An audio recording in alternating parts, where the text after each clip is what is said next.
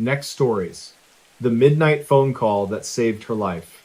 It was a winter night in the Bitterroot Valley of western Montana, the kind of cold that stiffens breath into silver and makes porch steps protest with tiny cries. In a rented cabin outside the town of Hamilton, tucked between cottonwoods and a creek sealed in dull ice, Ione Merriweather sat at a narrow pine table with a half-finished letter and a cup of black tea gone cool. The clock on the wall ticked like a faraway metronome. She rubbed the heel of her palm across her eyebrow and tried to find the next sentence. Outside, the wind moved cautiously through the trees. A plow grumbled on the distant highway, then faded. A coyote called once and was answered by another, then the night stitched itself shut again. Ione reached for the mug, grimaced at the chill taste, and glanced at the oven where a slice of apple pie waited beneath a loose tent of foil. She had told herself she would not eat it. She told herself she would sleep before 1. She told herself many things. Before we begin, tell me, where are you listening from, and what time is it there? She was 32 and between lives. The move from Spokane to Montana had been abrupt, the result of a downsized nonprofit and a relationship that had turned into two courteous strangers sharing a calendar. She had taken a temporary job cataloging land use records at the county archive, which kept her immersed in maps and signatures and the quiet logic of deeds. The cabin was cheap because it was isolated and old, and the owner had warned her. Drafty, you will hear the wind, he had said. But it is an honest wind. She set down her pen and listened. The honest wind seemed to be asleep. The letter was for her sister Sable, who lived in El Paso with twin boys and a border collie that yodeled. Ione wanted to write something steady and reassuring. I am fine. The mountains are large enough to lean against. The work is dull in a kind way. The people at the archives say hello without trying to enter your life like an uninvited guest. She wanted to say she felt temporary, but not in danger. She wanted to say she was learning to like the sound of her own name spoken out loud in an empty room. On the table lay a little stack of things that did not belong to her life yet, but might. A flyer for a community potluck at the Grange Hall, a business card for a place that fixed cracked windshields, a folded trail map with a crease right through a lake named Lost Horse. She touched the map as if smoothing it could also smooth everything else. The phone lay face down beside the tea. She had turned the ringer off at sunset. Too many scam calls had trained her to expect intrusions, and she guarded the hours after 10 like a fisherman guarding a quiet cove. She liked the hush of that choice. In the hush, she felt small and exact, a needle in cloth, a thread pulled clean. The oven, warm from the pie, clicked as metal settled. A thin whine threaded the cabin. She assumed it was the wind curling through the chimney. Midnight slid its pale hand across the roof. At 12 minutes past midnight, when the night feels like a held breath, the phone buzzed against the wood with a low insect murmur. Ione flinched. She had forgotten to set it to silent all the way. She reached for it, meaning to flip it over and ignore whatever nonsense had found her number, then froze when she saw the name glowing through a faint smear of tea. Deputy Calder Boone. She had met him 2 weeks ago at the archive when he came to pick up survey plats for a property dispute. He was quiet, brown-eyed, with windburned cheeks, and the kind of politeness that seemed carved by habit rather than show. He had asked if the old indexes were as bad as people said. She had laughed and told him the bad was consistent, which made it almost good. They had spoken for maybe 5 minutes. He had left a card with a number in case, he said, she ever needed help out by the creek, where cell towers sometimes played shy. Now, his name pulsed on the dark screen. Her stomach made a small, ridiculous leap. She swiped to answer. Ione, he said. His voice carried urgency wrapped in calm. Are you at the cabin right now? Yes. She pressed her palm against the table as if to hold the room steady. Is everything all right? Listen, he said. There's a wildfire flare-up on the ridge west of you. It's not large, but the wind shifted and we've got concern about embers. We're contacting folks along the lower creek. Can you step outside for a moment and tell me what you smell? A laugh almost rose and fell away. It was winter. Fire season was months behind them, yet in the year 2019, the seasons had learned new tricks. and in Montana, even February could smolder after an unseasonable thaw. She slid back the chair and stood. The cabin swayed under her, a strange tilt that had nothing to do with wind. She chided herself for the thought and moved to the door. "Hold on," she said. "I'll check." She opened the door and was met by air so cold it felt musical. Snow edged the steps like braided lace. Above, the sky was a scatter of powder stars. The scent that struck her first was the clean mineral smell of frozen water. Then, faint but definite, came a thread of smoke. "Yes, I smell it," she whispered. "Pine smoke. Distant." "Any other odor?" he asked. "Something like plastic or chemicals." She inhaled, slow. Her breath plumed and thinned. Behind the smoke there was something else, a metallic sweetness like pennies melted on a stovetop. "There's another smell," she said. "I don't like it." "All right," said Boone. "That might be your cabin. Listen carefully. Do you have a carbon monoxide detector?" "Yes, but it's old," she said. "I was going to buy a new one on payday." "Is it chirping?" "No." He exhaled once, as if calculating. "I want you to do this right now. Hang up, call 911 from outside, and wait for firefighters. Do not go back in. Carbon monoxide can make you sleepy before it makes you sick. Your oven was on earlier, wasn't it?" A blush of shame touched her cheeks. "I baked a pie," she said quietly. "Left the oven door open for warmth. The landlord said it was fine." "I know folks do that," he said, his tone neither scolding nor permissive. "But if your chimney draw is funny tonight and embers are in the air, you could have a backdraft or a blocked flue. Please, Ione, outside. Now." Her eyes stung, not from smoke, but from the sudden awareness that the room behind her had held a hidden river with her name in it. She stepped onto the porch, phone clamped to her ear. "I'm out," she whispered. The stars looked like nails hammered into the black. "Good," he said softly. "Stay where you are. I've already called it in. I'm on my way too, but the engine will get there first." The line clicked and went dead because she had followed instructions and dialed 911. Her voice to the dispatcher sounded to her like a voice thrown across a field. She gave the address, the landmarks, the description of the smoke smell, and the faint metallic sweet. The dispatcher told her help was coming from town. "Stay out of the house. Stay on the line if you need to." She thanked the voice and ended the call because she wanted both hands free to hold the night. The cabin windows glowed with the mild gold of a lamp she had left on. The glow looked harmless, like kindness. She knew better now. She wrapped her scarf tighter and tucked her chin. In the creek bed, a fox moved along the ice with the poise of a thought. She tried to focus on that. She tried to focus on anything other than the what if that yawned at her feet like a ditch. Minutes passed. She could not count them and did not want to. In the distance came the small, urgent harmonies of a siren. She put her hand against the porch post and murmured thank you to whatever thread had led Boone to call at that precise slice of night. She imagined him in a squad truck staring at a map, chewing the inside of his cheek, frowning at wind readings, dialing her number because something in his chest said, "Do it now." The engine turned into the drive with a bustle of light. Two firefighters stepped down, steam lifting from their mouths. Their names were embroidered over their heavy coats. R. J. Pickett, L. Havilar. They were both younger than she had expected. Their faces were intent without being hard. "You the caller?" asked Pickett. His eyes swept the cabin, then the sky. Ione nodded. "Carbon monoxide, maybe? I left the oven open earlier. I'm sorry."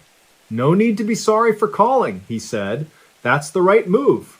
Havilar, already shouldering a meter, asked where the detector was. "Kitchen," said Ione, feeling foolish as she pointed at the door like it was an accusation. The firefighters slipped inside in a practice sequence, propped the door, and began. Cold air poured across Ione's ankles. She stood as if correctly placed by invisible tape. She heard one of the meters chirp in a voice that did not sound frantic so much as serious.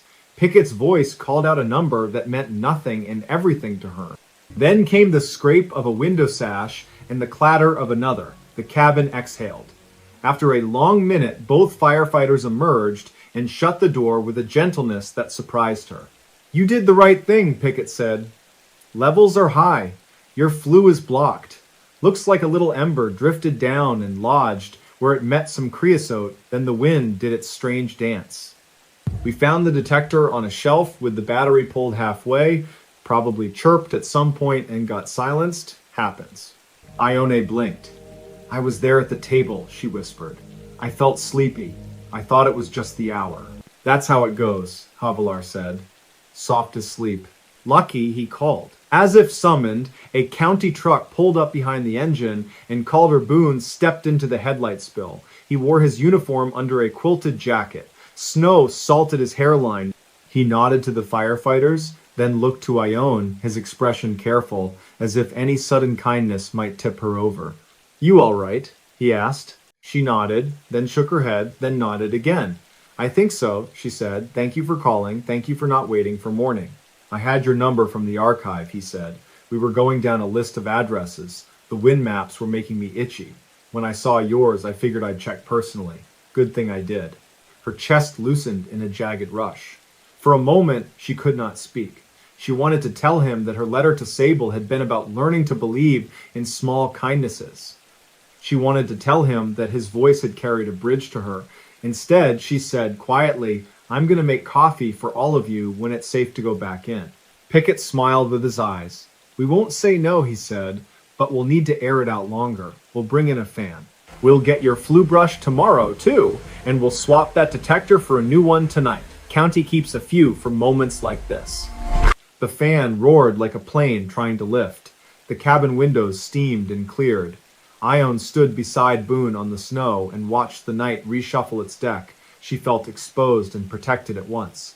She became aware of the way her hands trembled, then settled. "Do you live far?" she asked after some quiet. "Up the road a stretch," Boone said. "My mother keeps a small place near Skalkaho. She's been worried about the winter burns. I told her to sleep. Guess I was telling myself a story." "Do you always listen to your stories?" she asked, and winced at how that sounded. But he laughed softly. "Not always," he said. "Tonight I listened." The minutes unfolded, the fan subsided, Havilar returned with a new detector and installed it high on the wall with practiced movements. When she tested it, the beep startled the room into alertness. Ione felt a sudden fierce affection for that ordinary sound. Pickett gave her instructions in a voice that made the instructions feel like a promise. Crack a window, even in cold snaps. Never use the oven to heat. If the detector chirps, treat it like a shout. Call, then leave. She nodded after each item and repeated it back so the words would settle in her mouth. "Coffee," she said, once they had pronounced the room safe again and the door closed on the fan's silly tail. "Please, let me." She brewed it strong, the way her father in Kansas had always brewed it on calving nights. The steam rose in simple columns. She poured into thick, chipped mugs that had lived in the cabin longer than she had. She brewed it strong, the steam rose in cent again, ne be brewed it Mugsested, and dead did proud on God. She added apple pie slices to paper plates and set them on the table, feeling extravagant and grateful. The three sat and drank and ate with the quiet concentration of people who understand that food can be a kind of ceremony. "To the year 2019, Boone said after a while, raising his mug a fraction. May it behave itself a little more gently than it has started. To detectors that shout," said Havilar. "To wind that minds its manners," said Pickett. "To small stories that save us," Ione said, and she did not mind how earnest she sounded. When the firefighters left, their taillights stitched a red thread down the drive. Boone lingered on the porch step. The sky had begun to frost toward a paler shade. The horizon wore a smudge that suggested morning would eventually remember its job. "I'll check on you tomorrow around noon," Boone said. "Not to bother you, just to make sure the flu's been serviced and your head feels clear." "I'll be here," she said. "The archive can spare me for a day. Mr. Wilkes has a tender spot for near misses. He told me once that his wife decided to marry him because a stranger yanked her out of a sinking canoe." Boone smiled, a small ripple. "That's a good story to borrow," he said. "Sleep with a window open, if you can bear it." "I will," she said. "And thank you again." He nodded once and went down the steps. She watched the county truck disappear, then stood a moment more and let the porch creak speak the honest truth of wood and coal. Inside, the cabin felt new to her, as if another woman had lived there and left in a rush, leaving the lamp on and the pie knife half tucked under a plate and a letter unfinished on the table. She walked from room to room, touching the edges of things, opening the window by a thumb's width, listening for any hint of the sly, sweet odor that had nearly taken her. There was none. Only the faint trace of coffee and cinnamon and snow. She sat at the table and drew the letter closer. The pen felt heavier and kinder than before. She wrote to Sable in straightforward lines. Tonight, a man I barely know called at 12 minutes past midnight and told me to step outside. He saved my life, and I am not being dramatic. The firefighters were named Pickett and Havilar, and I loved them a little on sight, which feels like a confession, but I will not cross it out. There is a new alarm on the wall, and it sings the truth. I have been reminded that you can begin again on any night, even one that smells like smoke. If I sound unsteady, it is because I am grateful, and my chest has not decided where to put the feeling. Her hand steadied as she wrote. She told Sable about the fox and the fan, about the way Boone's voice had reached her like a rope across a dark stretch. She told her about the pie offered like a benediction, about the world that had tilted while she wasn't looking, and then corrected itself with a thunk. She did not try to make it pretty, she tried to make it true. At last, she set the pen down. The clock ticked. The window let in a fraction of star. She rinsed the mugs and plate and left them to dry. She turned off the oven and turned on the new alarm again just to watch its tiny light witness the room. She pulled quilts up to her chin and listened to the creak's muffled language. When sleep came, it wasn't the heavy sleep of carbon monoxide, but the clean tiredness that follows relief. She dreamed of safe doorways and a phone that vibrated exactly when it should. Morning arrived as a wash of nickel and then gold. The world looked rearranged and also exactly the same. She made toast and stood in the doorway with a mug. A jay scolded just enough to be funny. A truck passed on the highway with chains that sang. Around noon, Boone returned with a chimney sweep whose last name was Lemieux and whose hat looked older than both of them. They showed her the chunk of creosote shaped like a broken bow and told her never again to use the oven to heat a room. She promised. She meant it all the way down. They left the cabin smelling like ash and peppermint oil and something else she wanted to call an unfrightened beginning. In the weeks that followed, the archive became more than a quiet job. It became a hearth of its own, a place where she learned how land remembers people even when people pretend otherwise. She found a rhythm. She drove up to Lost Horse on Sundays and watched ice depart the lake with the uncertain bravery of a first step. She learned the names of neighbors who waved from trucks and learned which store in town sold the good bread. She learned to trust the alarm when it chirped at a low battery and did not silence it with a shrug. She replaced the batteries early and kept spares in a drawer with the tea. From time to time, she and Boone crossed paths. At the farmer's market, when spring decided to tent over the valley with pale green light, at the Grange Hall, where someone always brought a casserole that could solve an argument simply by existing. Their conversations were not grand or complicated. They held the place that a porch light holds, dependable and gentle. When he asked how she was, she said fine and meant it. When she asked how his mother was, he said persnickety and pleased and also meant it. They did not name the night often. It hung between them like a small flag sewn into the seam of the day. One evening in early summer, with thunderheads building like cathedrals over the Sapphire Range, she found herself on the same trail as Boone near a meadow where a lupine nodded as if agreeing with some quiet music. They walked together for a while without deciding to. A hawk drew a circle in the sky, folded its wings, and fell.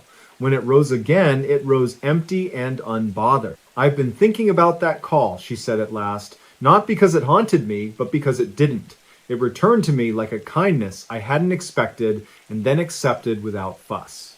That seems like a thing to build a year on. He was quiet for a span. Then he said, I'm glad you answered. Sometimes the phone rings and nobody picks up, and I get to a driveway too late, and the night has already made its choice. It's a strange job carrying those choices in my pocket. You carried one for me, and it emptied itself like a pail, she said softly. I don't know how to thank you for that without making it heavy. Light is fine, he said. Light is best. They reached the edge of the meadow and turned. The Thunderheads hoarded their electricity and then chose to share, but not yet. The smell of rain walked ahead of the rain like an introduction. Back at the cabin, much later, Ione stood in the doorway again with a mug and no fear of the oven and a gratitude that did not need to be narrated. The alarm sat on its wall, trilling a small test song once a month at noon, and when it did, she smiled. She had hung a photograph of the creek by the table, taken on a morning when the water wrote blue cursive over stones. The letter to Sable had been mailed.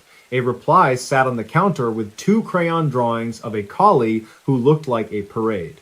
That night, as lightning stitched briefly from ridge to ridge and the smell of rain became rain, the phone lay face up on the table. It did not buzz. It did not need to. The cabin breathed evenly. The wind kept to its honest work. Somewhere a fox praised the dark in its own language. And when she finally turned off the lamp, the room held her the way a well-made chair holds a tired person, not gripping, not insisting, only steady. The midnight phone call had already done what it came to do. It had opened a door at 12 minutes past midnight and asked her to live. She had stepped through and closed it gently behind her.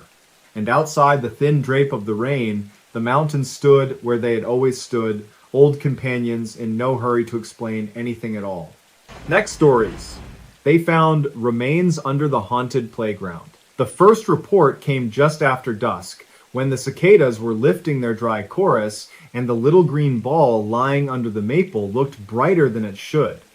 Maria Qualls, who had walked past the playground behind Hibbard Elementary for years, called the non-emergency line and told the dispatcher that something was wrong with the ground under the seesaws. It had a sound, she said, a hollow breath, a thud like a door closing far away. By the time the sheriff's cruiser eased into the gravel lot, the sky over Hornbeam County, West Virginia, had taken on the bruised blue of late October. It was the year 2015, a year that still felt new to Maria because her husband had died in late spring, and everything afterward had a ring of strangeness, like the world had been moved half an inch to the left without telling anyone. Deputy Thaddeus Crow stepped out of the car and tipped his hat. He carried the patient smile of a man who had been called to the same playground for teenagers drinking, for owls mistaken as prowlers for a nest of hornets that turned out to be an irritable teacher stapling flyers to a board. "Show me," he said. Maria led him past the flaking merry-go-round and the swings that sang on their chains even in the gentlest breeze. She was slight and barefoot, the kind of person who wore grief like a sweater. When she reached the seesaw, she didn't climb onto the plank. She simply lifted her hand, palm down, and held it over the dirt, the way you test for heat on a stovetop. "There," she whispered. "There, listen." At first, there was only wind and the faraway hush of tires on the county road. Then the deputy heard it too, a cough of air, a hollow thump, the faintest scrape. He told himself it was probably a muskrat tunnel caving in or an underground pipe settling. But he knelt, pressed his ear to the earth, and felt the ground answer with a dull heartbeat. Enough to make him call the sheriff. Enough to keep them both there, breathing shallow, while the sun went down behind the cedar line and the first stars needled through. The sheriff, Callum Breck, arrived with a second cruiser and a pair of portable floodlights. Callum was a broad man with a careful manner and a fondness for coffee that smelled like burnt caramel. He listened, nodded, and said they would need the maintenance supervisor from the school district to authorize any digging. Rules were rules. Maria was not a woman to press her luck, but she stepped forward and spoke quietly. "Sheriff," she said, "there are children who play here at first bell. If something is alive down there, it will not last the night." The wind pushed through the ornamental grasses and set the swing chains clinking, little metronomes in the dark. The sheriff hesitated for only a breath. Then he signaled to Deputy Crow and set the floodlights on their stands. He told the deputy to fetch shovels. He radioed the dispatch and said, "Send Calhoun Voss if you can reach him.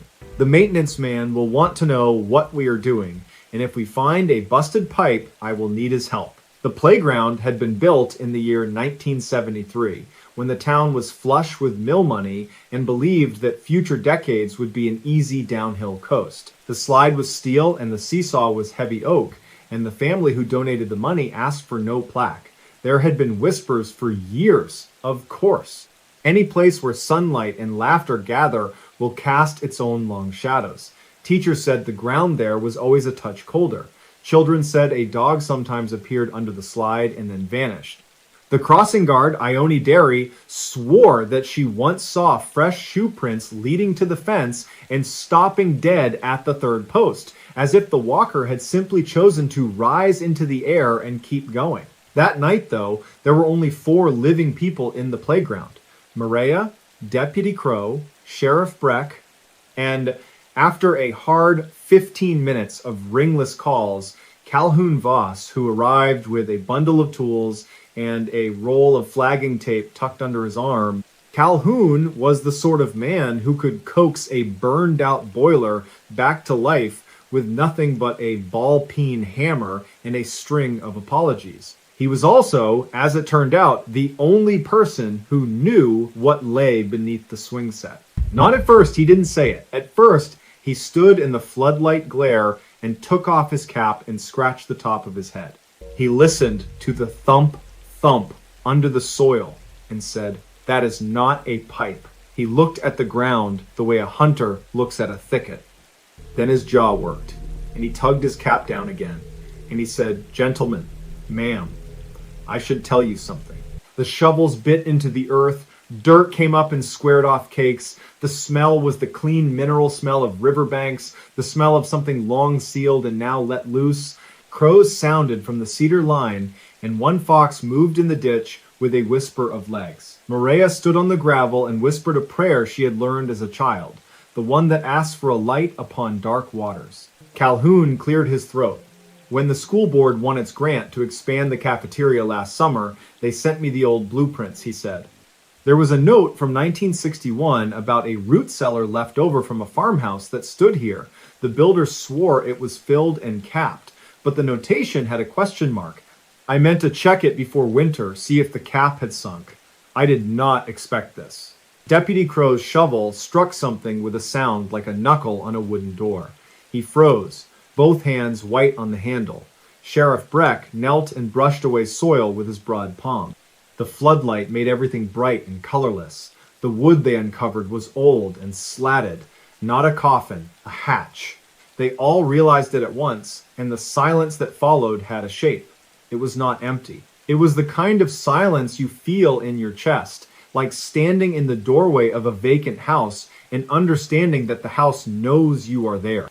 Sheriff Breck swallowed and turned to Maria, and she understood, and she nodded, and she said, "Open it." Calhoun had a pry bar in his roll. He jammed it under the rim of the hatch and leaned his weight onto it. The wood let out a tired sigh and lifted an inch, then 2.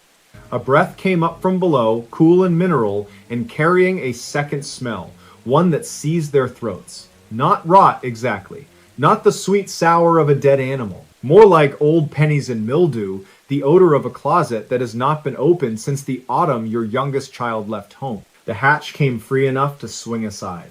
Floodlight pooled down into a square of black.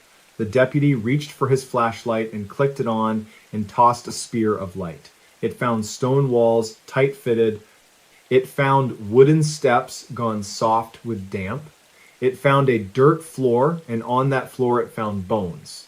Maria's breath hitched. She put her hand to her mouth and let it rest there. The deputy was young enough to be her son, too young to be so practiced at not letting his face tell. Sheriff Breck counted quietly under his breath while his heart thudded like a shoe in a dryer, because that was how he kept control. Calhoun leaned on his heels and said, "Lord forgive me, I should have checked the cap in summer." The bones were in 2 distinct arrangements. One was a neat shape, a person laid carefully, arms crossed, skull turned so the face looked toward the steps and the square of light. The other was a scatter, as if the second person had been spilled from a bag while the first watched, unable to move.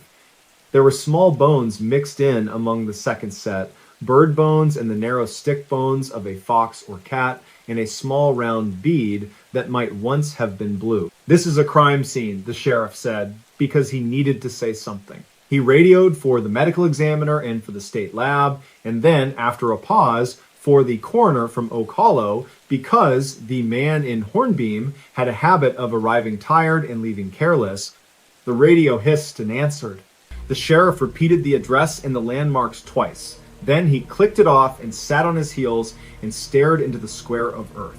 Time, right then, did not rush. It took its old, slanted stroll. It let crickets speak and a faraway train give its lonely two-note call. It let the moon climb and adjust its shawl of cloud. It let the floodlights hum. And while time was taking itself, Maria whispered, "Do you hear it?" They were about to say they heard nothing when all three men felt the same faint pressure behind the eyes, the way you feel a new front coming in before the weather changes. Then a breath moved up from the cellar and formed words that were not sound. It was a telling, not heard, but known, a current in the blood. A farmhouse stood here, the telling said. A family lived here who carried strange luck. The father was called Ephraim, the mother was called Isabel. Their eldest girl was Una, and Una had a shadow that clung to her even at noon when the sun was at its fiercest.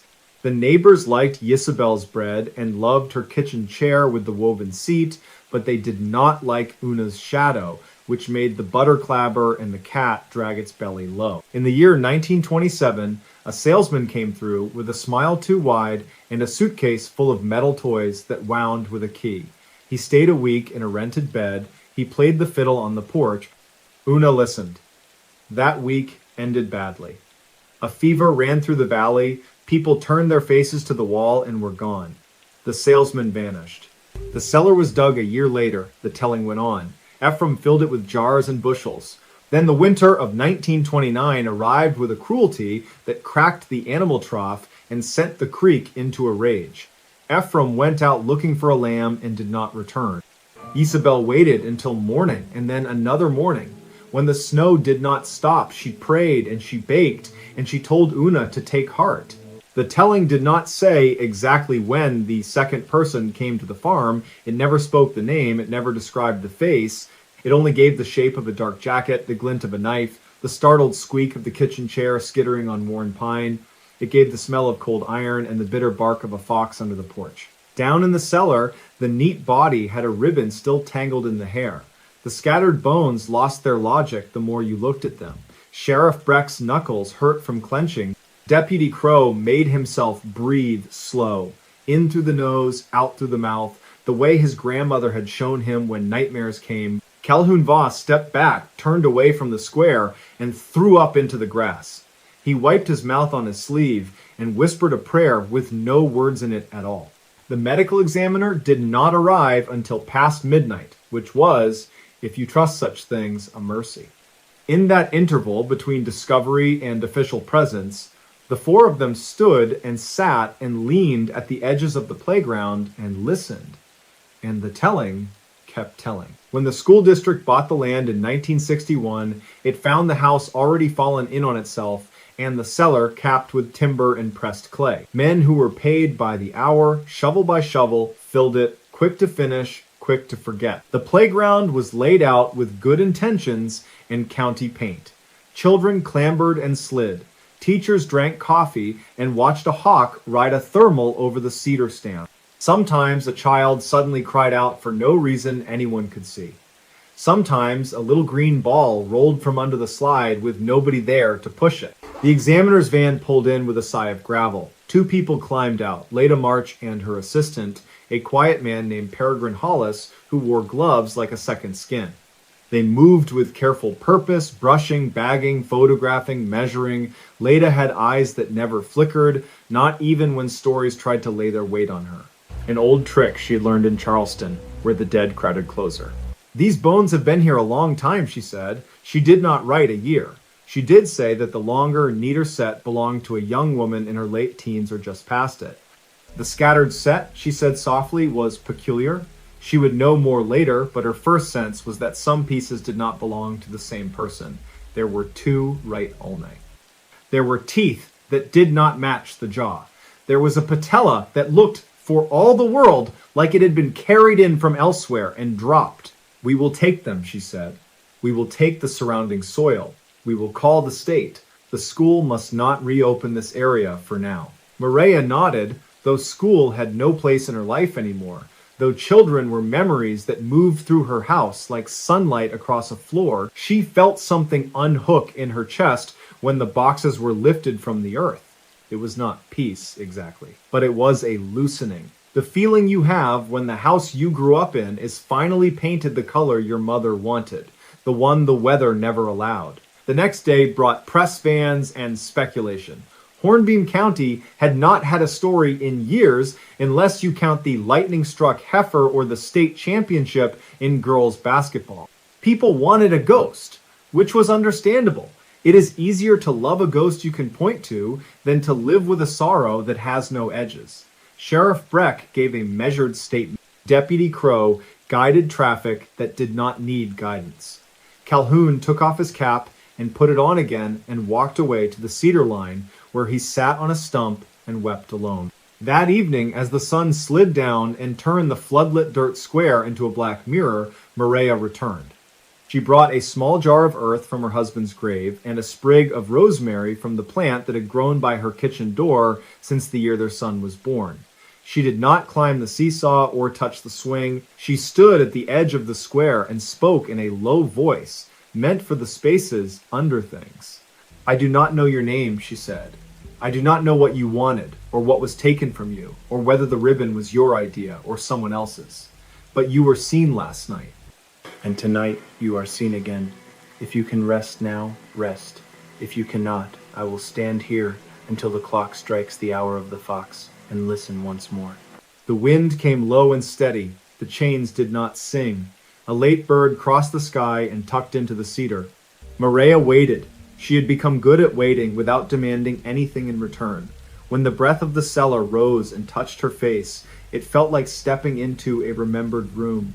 The telling changed. It became a thanking. Not a word she heard with her ears, but one she understood the way you understand the look a stranger gives you when you lift a heavy suitcase into the overhead bin. Una, the name came, and with it the soft shaping of Isabel. Not a sound, but a press of syllables that laid themselves against Maria's bones. She saw, in the mind's corner, where things appear when you do not try to see them, a ribbon the color of late strawberries, a kitchen chair with a woven seat, a hand lifting a hatch, and another hand touching that hand and saying, in a voice that held no fear, "We are together now." Then the telling drifts were gone. In their place came only the ordinary night. The neighbor's dog barked and barked at nothing, and then gave up and lay down. Somewhere a screen door slapped. The moon took its time and climbed. Maria stood until the hour she had promised arrived, the hour that feels like a held breath before dawn. And then she laid the sprig of rosemary in the square and walked home along the ditch where glowworms stitched green stitches. In the weeks that followed, the state lab confirmed that one set of remains belonged to a young woman who likely died in the early years of the last century. The other bones proved to be a jumble gathered over time, mostly animal, with a few human fragments of uncertain provenance. The county commissioners voted to move the swing set to the far end of the lot and to plant a ring of redbud trees around the capped cellar site. The principal asked a local carpenter to build a bench with a woven seat pattern in honor of no one in particular and everyone at once. He did so in quiet maple, and it sat in the shade of the new trees, and the children ran around it with chalk on their knees. There were still stories. You cannot take stories away from a place any more than you can empty a river by cupping your hands. Some evenings, if you stood by the cedar line when the dusk was gray and kind, you could hear, or you thought you could hear, the faint rasp of a fiddle followed by the steadier sound of bread being sliced on a wooden board. Calhoun Voss stopped chewing gum, and he carried peppermints instead. Deputy Crow married a nurse from Oak Hollow and had a daughter he named Illyria because he wanted her to have a name nobody else shouted on the playground. Sheriff Breck began to drink tea after a certain hour because coffee kept his hands shaking. Leda March transferred to a quieter office and found that sometimes Her hands reached for invisible soil while she sat at a stoplight. As for Maria, she finished knitting the gray scarf she had started in spring and left it folded on the bench under the redbuds against the first cold snap.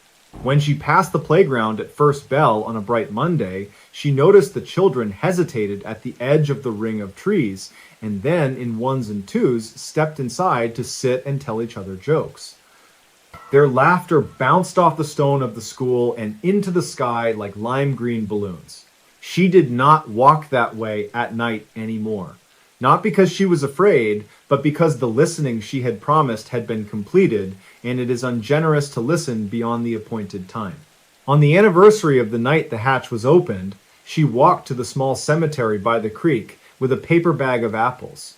She left them under the old oak, where hunger sometimes passes. She said the names the telling had given her very softly, not because anyone needed to hear, but because names are the first and last things we carry. Next story. Trapped in the haunted cave for days. An American account from the Ozark backcountry in the late autumn of 2019, the first cold front of the season slid over northern Arkansas and turned the hardwoods the color of banked embers. By the end of that week, the wind moved in long inland breaths, drawing leaves across County Road 37 and rattling the cattails in the ditch. I was driving my old slate-colored pickup toward the Boston Mountains, past farms with tin roofs and rusted propane tanks, toward a limestone ridge the locals called Sparrow's Spine. Folklore in these hills travels farther than cell service, and I had come to write about it. I was freelancing then, living from one assignment to the next, nursing a quiet hunger for stories that could hold a room the way a hymn holds a chapel. Before we begin, tell me, where are you listening from and what time is it there? My name is Lysander Pike. People call me Pike. I never sought out ghosts. I preferred the living. But a tip had landed in my inbox about a cave above a dry creek bed. A cave that took and kept things, a cave that talked when the wind was off the river and the hollows were still. The note had been signed only with the name Thaddeus and a cross street in Kingston where I could meet him. He never showed. He sent one last text that read, "Simply go before the hunters wake the ridge, and then silence stretched like wire. I went anyway. Pride can be a poor lantern." I parked at the trailhead just after daybreak on a Saturday, mist in the low ground and a hawk riding a bright seam of air. The signboard, riddled with 22 holes, warned about karst hazards, sinkholes, sudden drop-offs, flash flooding. A violet ribbon was tied to the post, as if someone had left a reminder for themselves and never returned. I should have been discouraged. Instead, I shouldered my pack, clipped my headlamp to the strap, and walked until the gravel turned to bare rock, and the bare rock turned to dead leaves that whispered with each step. Sparrow's Spine is a long ridge, honeycombed and hollowed by old water that has long since moved elsewhere. The entrance to the cave did not look like a mouth, so much as an eyelid half closed against the light. I had expected a tourist cave with handrails and a kiosk. What I found was a bruise in the earth, a shadow where no shadow should have lingered. The air at the threshold cooled my sweat in an instant. Beyond it, the world tightened and thinned. The first chamber was low enough that I had to bow, then crawl, and then blessedly stand. Moonbird Cave, the old men at the feed store had called it. No map, no tours, a dry system most of the year, they said, except when it was not. Bring a buddy, they advised. I did not. I had a tripod, a small recorder, a thermos of coffee, a packet of jerky, a notebook, a pen, and the confidence of a man who had been lucky too many times to believe that luck was finite. Inside, sound changed its mind about what it wanted to be. Every step made a small thunder. Every breath carried farther than it needed to.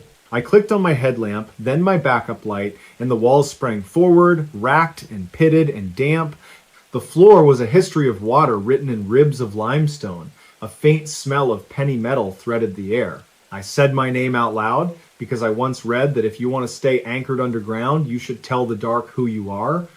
Lysander Pike, I said, and my voice came back in tatters. Present, I added, because that felt necessary. I moved deeper. Time lost its usual close. There were no sunbeams to cut the hours, only the steady drip from the ceiling and the patient hush of unseen chambers ahead. After what might have been an hour or only a long breath, I found a place where the ceiling rose and the room widened. A tumble of breakdown stones made a rough staircase to a second level. Off to my left, a passage narrowed into a keyhole slit. Wind stroked my cheek there, cold as a hand washed in creek water. The recorder in my pocket vibrated. Without thinking, I pulled it out and pressed record. The red dot ballooned. At first I heard nothing but my own breath and the hiss of the lamp. Then it came, as soft as lint, a voice tucked into the breeze. Not words, not yet, a cadence. A sort of syllabic reaching, as if someone were trying to speak with a mouthful of sleep. The hair along my forearms lifted. I tilted the microphone toward the slit and waited. The wind deepened. Something like a name threaded through the air. Thad, Thad, Thad. I swallowed. Thaddeus, I whispered, and the cave returned one long thaw, like a string being pulled through a ring. If this was a prank, it was exquisite and cruel. If it was geology, it was a coincidence wearing a mask. I told myself I would gather a minute of room tone and go. I told myself I would not wedge my shoulders through that aperture. I went in anyway. The keyhole shaved my jacket and grated my belt buckle. The limestone kissed my ribs. I exhaled and slid, held my breath, wriggled, then fell 2 body lengths into a sump of cold air where the floor dropped without being polite about it. I landed hard on my left side, breath gone, headlamp skidding into a wedge of stones where the beam pinned itself on a stalagmite like a pinned moth. The sound I made was small and embarrassing. I lay there, tasting copper, and let my breath find its way back to me. When I tried to stand, my ankle buckled. I sat again and cursed, then laughed, because laughter sometimes convinces pain that it is not welcome. My headlamp was still shining. My backup light was around my neck on a cord. My pack had stayed with me. My radio, which I had not charged as carefully as I should have, was clipped to the strap and blinking a sullen amber. I checked my ankle. A sprain. I could put weight on it if I made a bargain with myself about the pace. I gathered my lamp. I gathered my pride. I gathered the little recorder and listened. The cave was speaking in its sleep again, the same reaching, the same soft TH sounds, as if stone had learned how to whisper through missing teeth. I meant to reverse my route, but the fissure I had slid through had become another fissure, then another. The tight throat that had admitted me became a dozen throats wearing the same expression. I tried one, then another, then a third, and came back to the same room where my scuff marks crossed themselves like a bad signature. Heat rose under my jacket. Panic tends to oversalt the soup. I sat on my pack and drank coffee from the thermos. It had gone lukewarm, but it steadied my hands. I told the dark who I was again, not because the dark needed to know, but because I did. Lysander Pike. Present, I said, and I added, not lost yet. My voice cracked on the last word. The recorder caught it. I searched for high ground. Caves are maps that refuse to be folded the same way twice. I tried the keyhole in reverse, found a lip, found another, then found only a pinch that owned my chest and would not let go. I backed out carefully. I was not going to die in a choke if I had a choice. I needed a different route and more light than my headlamps could provide. I took stock. Jerky. A half loaf of cornbread wrapped in wax paper. 2 liters of water. The thermos. A foil blanket. A lighter. A pencil and the notebook.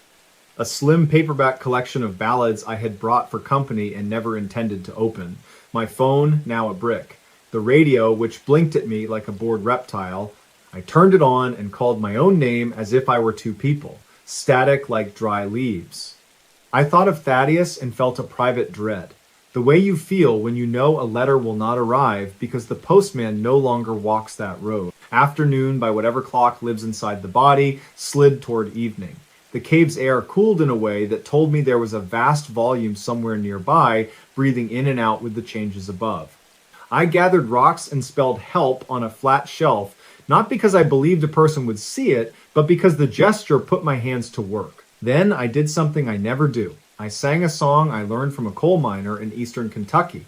My voice was unremarkable, but the cave liked it. It returned the notes one at a time and dressed them in velvet. When I finished, the wind in the keyhole passage released a word that landed clean. Gooseflesh everywhere at once.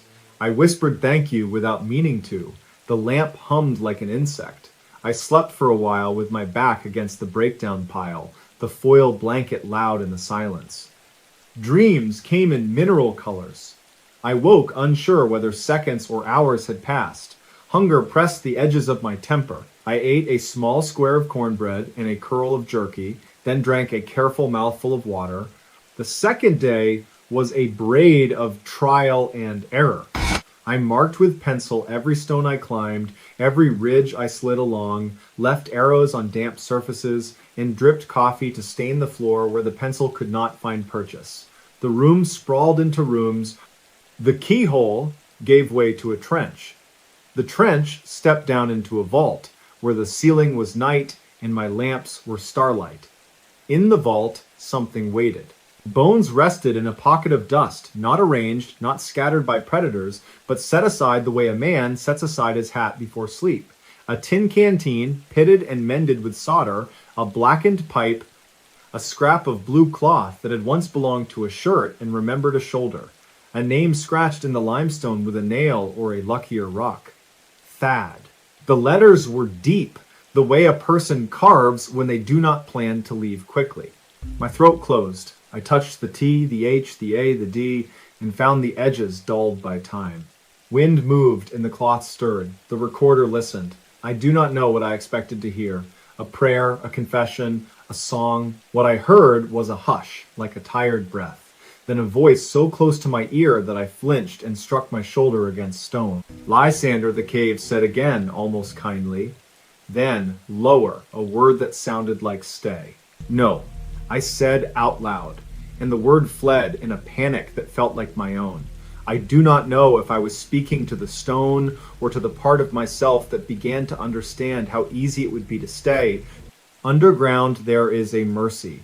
There are no bills, no deadlines, no questions about whether you wasted your luck or squandered somebody else's patience. There is only yes and no, breath and no breath. I tied the blue cloth around my wrist and stood. The radio crackled once like a match. A voice arrived, faint as ash. Search and rescue, the voice said. Identify. I sat down hard. My own name felt extravagant. Lysander Pike, I said. Moonbird Cave, Sparrow's Spine, north of Kingston. Sprained ankle, diminishing light. Food for a day and a half if I am careful, water for maybe 2. I do not know the time. I am not sure how far in I am. I am not alone. The last sentence left my mouth before I could censor it. Static returned. Then, the voice. Clearer. Repeat last, the dispatcher said. Are you with a second party? I looked at the bones in the canteen and the quiet blue cloth tied to me. I closed my eyes. Negative, I said. Not a second party, just an impression. I am sorry. Copy, the voice said. Stay put if you can. We will stage at the trailhead. Do you have 2 light sources? Do not move into unmapped passage. Conserve your battery. We will call again. The radio went empty. The cave exhaled. My ankle throbbed the way an old grudge throbs. I propped my foot on my pack and breathed through the hurt. For a while, I talked to the person whose pipe had been left behind. Thaddeus, I said, and the cave tried to repeat it and failed, because caves have no tongues for the D sounds. I told him what I could see, which was my way of reminding myself what was real. I made a list of sensory facts, as if writing a grocery list to anchor the afternoon. The air was colder in the vault than in the trench. The rock wore mineral beards. The chalk line of a fossil shell curved along a ledge like a secret smile. Far away, water traveled inside the walls, steady, patient, sure. I slept again in fits, woke with my mouth full of the taste of old pennies. I dreamed of a boy lost in a wheat field, his mother calling his name until her voice wore thin. I dreamed of a mineshaft prop blowing apart, of men counting their friends when they came up and finding the count incomplete. I dreamed of the radio as a chapel bell. The third day, when hunger became a new religion and thirst took 1/10 of my patience per hour, the cave started to show me its temper. A rush of air came down the trench, as if somebody had opened a door in a big house. Pebbles skipped. A thin trickle of dust sifted from the ceiling and coated my tongue. I swallowed and tasted the past. My lamps burned old. The backup light grew jumpy as a fevered animal. I rationed both and used them in shifts, listening to my own heartbeat when the dark settled in like a large, soft animal. I thought about the first story I had ever written that mattered, about a tornado that passed over an unincorporated town at 3 in the morning and left a loaf of bread uncut on a kitchen counter where there had been no kitchen. I thought about the preacher who told me you can bless a place by speaking gently to it. I thought about a girl named Ione who once told me that there is a difference between being alone and being solitary. Alone, she said, is a bruise. Solitary is a stone warmed by your own hand. I wanted a stone I could warm. Instead, I had limestone, cold and indifferent as a ledger. The radio cracked again. The voice had changed. A woman this time, steady and brisk. Lysander Pike, this is Deputy Marigold Tiller with the Madison County Sheriff's Office. We have 2 teams on the ridge and a third at the lower hollow. We need you to speak every half minute for the next 5 minutes. Use the word lantern. We will listen for your voice and for any resonant frequencies. If you can strike metal on rock, do that as well. Lantern, I said, and the word traveled until I could hear it, returning from places I had no wish to meet yet. I struck my canteen, lighter than I remembered it, against a knob of stone. The cave took the ring and tuned it like a piano wire. Lantern? I said again. Softer, so the echoes would not step on one another. Lantern? A pause. Lantern? Good, Deputy Tiller said. Again. Lantern. Copy, she said. Hold! I held. Time settled on my shoulders like an unfamiliar coat. I counted my breaths and lost track and started again. I thought of sunlight as an action verb instead of a thing. I ate the last of the cornbread and saved the last of the jerky for when the tremor in my hands became unignorable. In the vault, the air changed. The blue cloth at my wrist lifted once like a gesture of acknowledgement. Voices came next, too faint to claim at first, then braided with static. Hold your place, Mr. Pike, a man said, voice disembodied, a little hollow. We think we have you on the right flank. If you hear 3 whistles, respond with 2. I listened. The cave listened with me. Then, ghost thin, 3 shrill chirps stuttered across the vault. I brought my fingers to my lips and blew 2 whistles as best I could. They were small and apologetic. The cave gathered them up and returned something like courage. Good, the man said. Again, 2 whistles, silence. Then a boom somewhere far off that might have been a stone moving where stones ought not to move. The radio hissed. Deputy Tiller's voice crossed the hiss like a stepping stone. Mr. Pike, we have a barometric drop and radar shows a pop-up cell on the county line. If water enters the system, we will have to pull back. We are pushing 1 more team toward you. If the water finds you first, climb. Do you copy?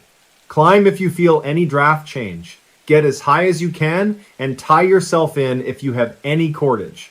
We will not risk the team in a surge. Do you copy? I copied. My mouth had gone chalk dry. The word climb found very little to hold on to inside me. My ankle thrummed a hazard note. The wind came first, but not the friendly searching draft that brings you news from the entrance. This one shouldered in without apology.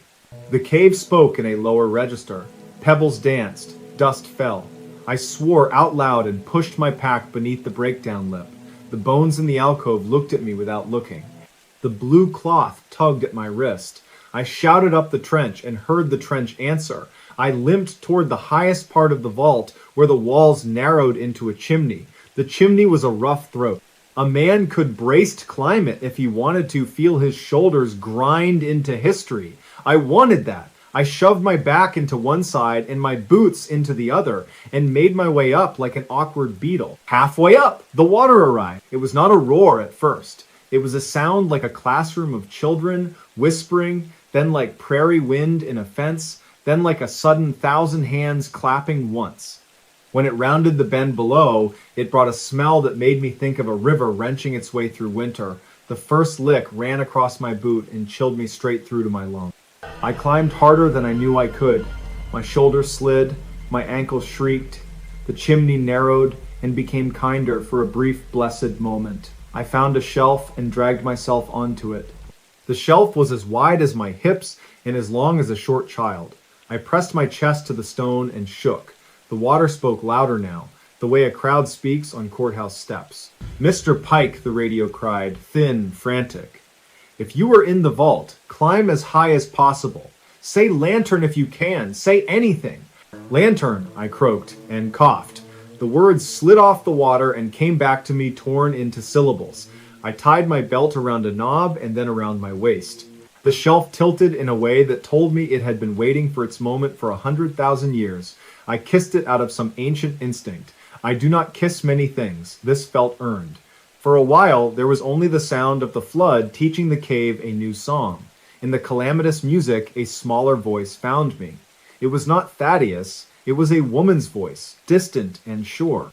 "Hold, Lysander," she said, as if we were at a river crossing together. "Just hold." I held. The water climbed, then paused, then climbed again. It filled the trench and the lower room and licked the edge of the shelf, and then mercifully stopped as if it had remembered an appointment elsewhere. I learned then that gratitude can be as physical as hunger.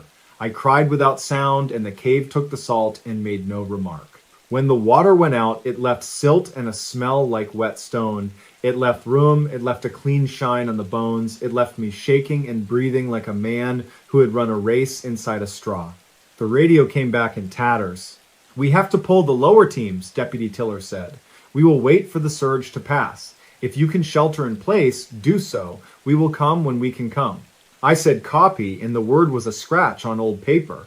I slept with my belt tied and my cheek pressed to limestone. I dreamed of the hawk I had seen over the road, how it rode a seam of air that was not visible but was there just the same. When I woke, the cave had gone back to its long patience. Time returned in small sips. My lamps met each other's eyes like exhausted friends. I could hold them both on low for a day if the batteries didn't lie. I ate the last of the jerky and sucked the last drops from the canteen and told myself I was not going to barter with thirst.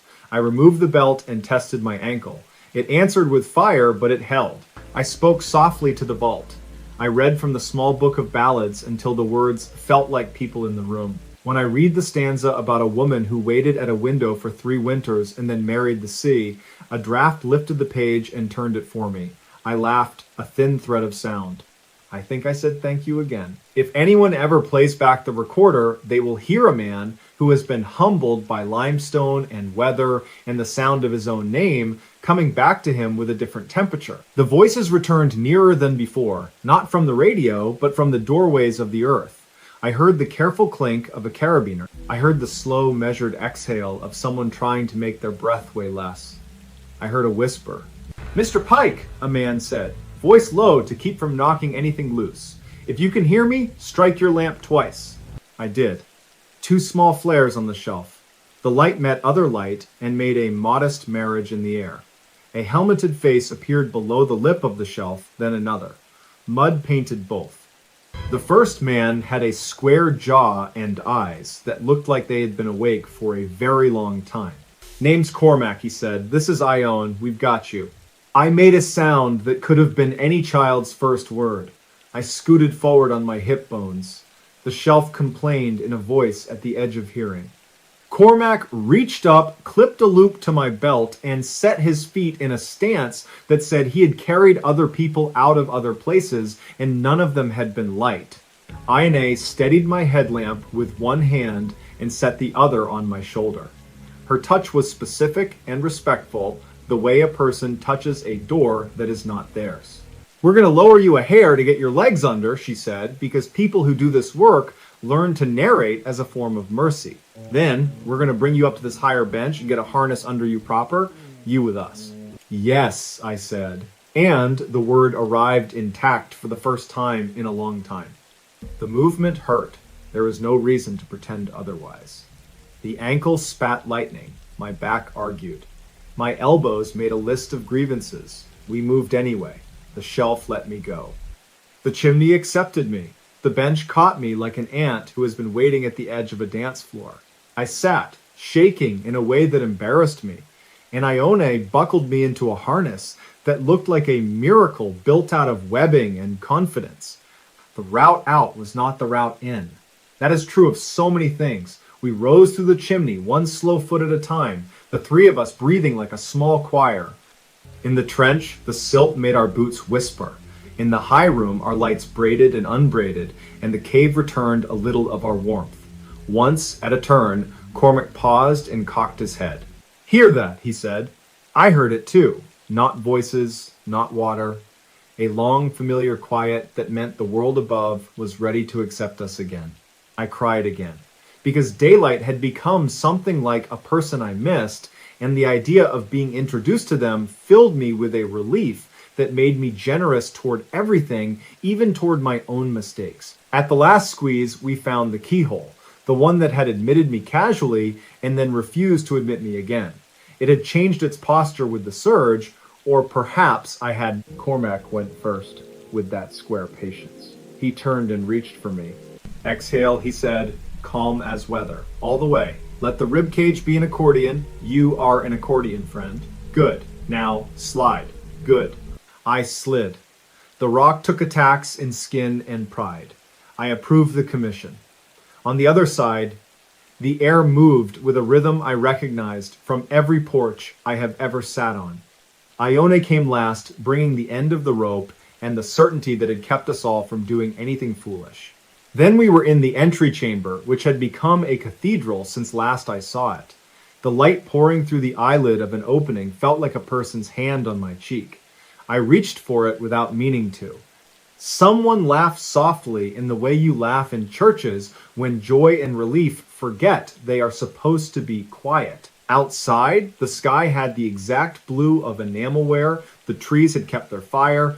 Deputy Marigold Tiller stood by the signboard with the ribbon in the bullet holes, her radio at her shoulder and 2 cups of something steaming in her hands. When she saw me, she did not lift the cups. She did something better. She nodded once, the way people do when a story has resolved, and when I reached her, she put one of the cups in my hand without ceremony. "You had us worried, Mr. Pike," she said. 3 days is not nothing. The ridge is greedy this year." I said I was sorry, though I am not sure what I meant by that. Sorry that I went alone. Sorry that I underestimated limestone. Sorry that Thaddeus had not been the first person they let out. She saw the cloth tied around my wrist. "He's been missing since the summer of 2014, she said. "Folks have guesses. We do not say them out loud." I touched the knot. "I found his name in there," I said. "And a pipe. And a canteen." She nodded as if we were talking about rain barrels and fence posts, because acknowledgement is not the same as drama. "We will go back when the water is done being a fool," she said. "We will bring him what we can. You drink that. Then we will look at that ankle." I drank. It was not coffee. It was broth that tasted like somebody's grandmother had stood at a stove and decided I would need forgiving. Heat came back to my hands. Birds had remembered their jobs. A truck door slammed. Somebody laughed in a way that balanced how close we had all been to not laughing at all. I stood shakily and the world let me. I asked one question, though I understood already that the answer might not help. "Do you ever hear things in there?" I said. "In your radio, in your own head, names, instructions, requests." Deputy Tiller looked at the cave, then at me. "We hear what we need to hear to do our work," she said, "and we try to leave the rest where it belongs. Some places make echoes that keep a shape for a very long time. That is not a haunting. That is the land reminding itself who it has been." The wind moved along Sparrow's spine and made a sound like a long breath through teeth. Somewhere high up a hawk held the sky in its hands. I untied the cloth from my wrist and gave it to Marigold Tiller. She tucked it into her pocket as if it were a note from a child. Cormac and Ione loaded me into the back of a county truck that smelled like rope and leather and coffee. As we rattled down the road, past the cattails, past the farms with their tin roofs and the rusted propane tanks, past a mailbox painted with sunflowers, I watched the ridge recede in the side mirror. It looked like a sleeping animal. It looked like a hymn unwritten. It looked like a mouth closed at last. In the days that followed, I listened to the recorder. I expected a chorus of strangenesses. I found only the things I had said, and the things the rescue team had said, and the music of water rehearsing its argument. But there was one place early on where the air sounded almost like a voice trying on a name. Whether it was the cave or my fear does not bear deciding, the living need their myths and the land needs its privacy. My ankle healed with a limp that grew smaller until it joined the list of aches a body accepts. I sent the story to my editor and he sent me a note that said, "Only this one feels true." I wrote back and told him that truth sometimes wears someone else's coat for a while and that I was trying to be patient with how slowly it takes the coat off. In late winter, when the maples were making small red fists, Deputy Tiller called me from the county line. They had gone back in. They found the pipe and the canteen and the letters on the wall. They found what they could, and the family had a place to stand and say a man's name into the air. She did not say the word closure. She did not need to. Some endings arrived, like doors shutting softly in a house you once lived in. I drove back to Sparrow's Spine with flowers that would not mind the cold, and left them at the entrance where the light keeps its promises. I spoke a blessing in a voice that still remembered how to be small. Then I turned away and walked the road back to my truck, each step louder in the open air, each breath a little less borrowed, the ridge behind me humming the last line of a song the way hills do when they decide a story has earned its quiet. Next stories. The night a missing boy was found alive in the Ashburn houses. They still call it the longest night Marrow Creek ever lived through. The town sits in a fold of Pennsylvania hills where the wind carries the river's smell and the soot of old rail lines. On a Wednesday in late October in the year 2014, the sky went the color of pewter by 3 in the afternoon, and the wind combed the sycamores until their pale leaves rattled like small bones. By dusk, a siren wailed from the volunteer fire hall, one long cry, and the search began. The boy's name was Orrin Hale. He was 9.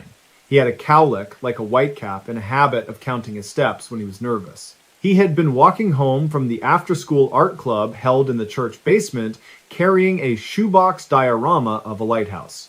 He never arrived. His mother, Maeve Hale, called the sheriff at 6:40, her voice small but steady. By 7, the first flashlight beams were sweeping the ditches and hedgerows along Rivermill Road. By 8, the state police had set out flares, and orange vests moved like cautious sparks across the fields. Before we begin, tell me, where are you listening from, and what time is it there? Whispers rose the way steam rises from a pot. People spoke of the Ashburn house. Everyone knew that crumbling mansion at the far end of Wicket Lane, 2 stories of black windows and a roofline like broken teeth. It had stood empty since the late 1980s after a winter fire and a court fight over the estate.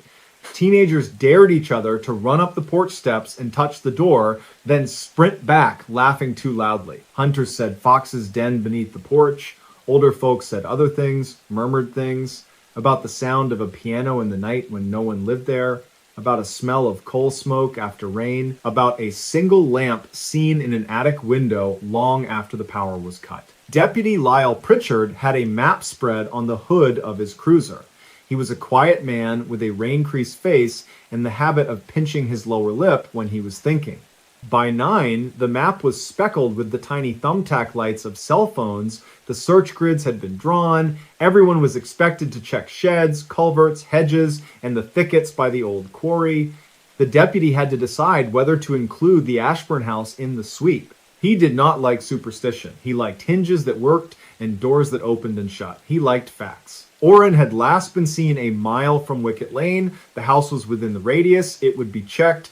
At 9:30, the first team went up Wicket Lane. The lane itself was a sullen ribbon full of potholes that held old leaves and cold water. The wind made a low sound in the maples, a long hush, as if someone were shushing a crowd that did not want to be silent. The house appeared all at once, as if the trees had been hiding it. The porch sagged. The widow's walk was missing 3 balusters.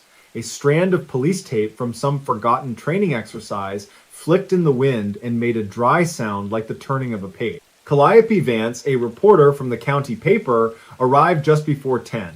She wore boots that had seen election nights, barn fires, and county fairs. She kept a notebook in her pocket with half the pages dog-eared. She had a way of standing still in noise, as if she could hear the quiet thing inside the loud thing. She saw Maeve Hale arrive, coat thrown over pajamas, hair pulled into a knot so tight it made the lines on her forehead shine. She saw the way the crowd parted for Maeve, and the way Maeve kept looking down as if her eyes could comb the ground for her child. Calliope crossed herself without thinking. She was not especially devout, but the night made her do it. Just after 10:15, they broke the lock on the Ashburn house. The padlock had a patina of years on it, a skin of rust the color of dried blood, and the shank sheared with a crack that sounded much louder than it should have.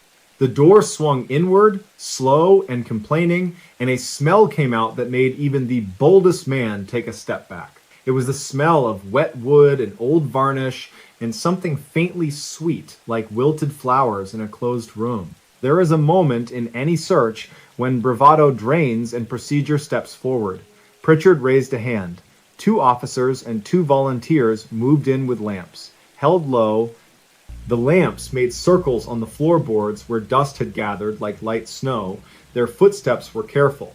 Someone called out, another answered. The house answered too, with all the small night noises that old wood makes when light and air enter after long absence. The foyer showed a staircase that turned, then turned again, and disappeared into darkness. On the right was a parlor with a massive cold fireplace and high formal windows. On the left, double doors to a room that had once been a music room. A harp stool stood on 3 legs, its 4th broken, and the stool leaned the way a listening person leans. The wallpaper had a pattern of silver leaves that the light could not help chasing. They cleared the first floor. They found a nest of raccoon tracks and the shed skin of a snake curled behind a radiator like a forgotten ribbon. They found graffiti under the stairs in a schoolgirl hand that said simply, mercy. They found nothing else. Pritchard turned his lamp up the stairs. They would go higher. Time hooks itself to small things.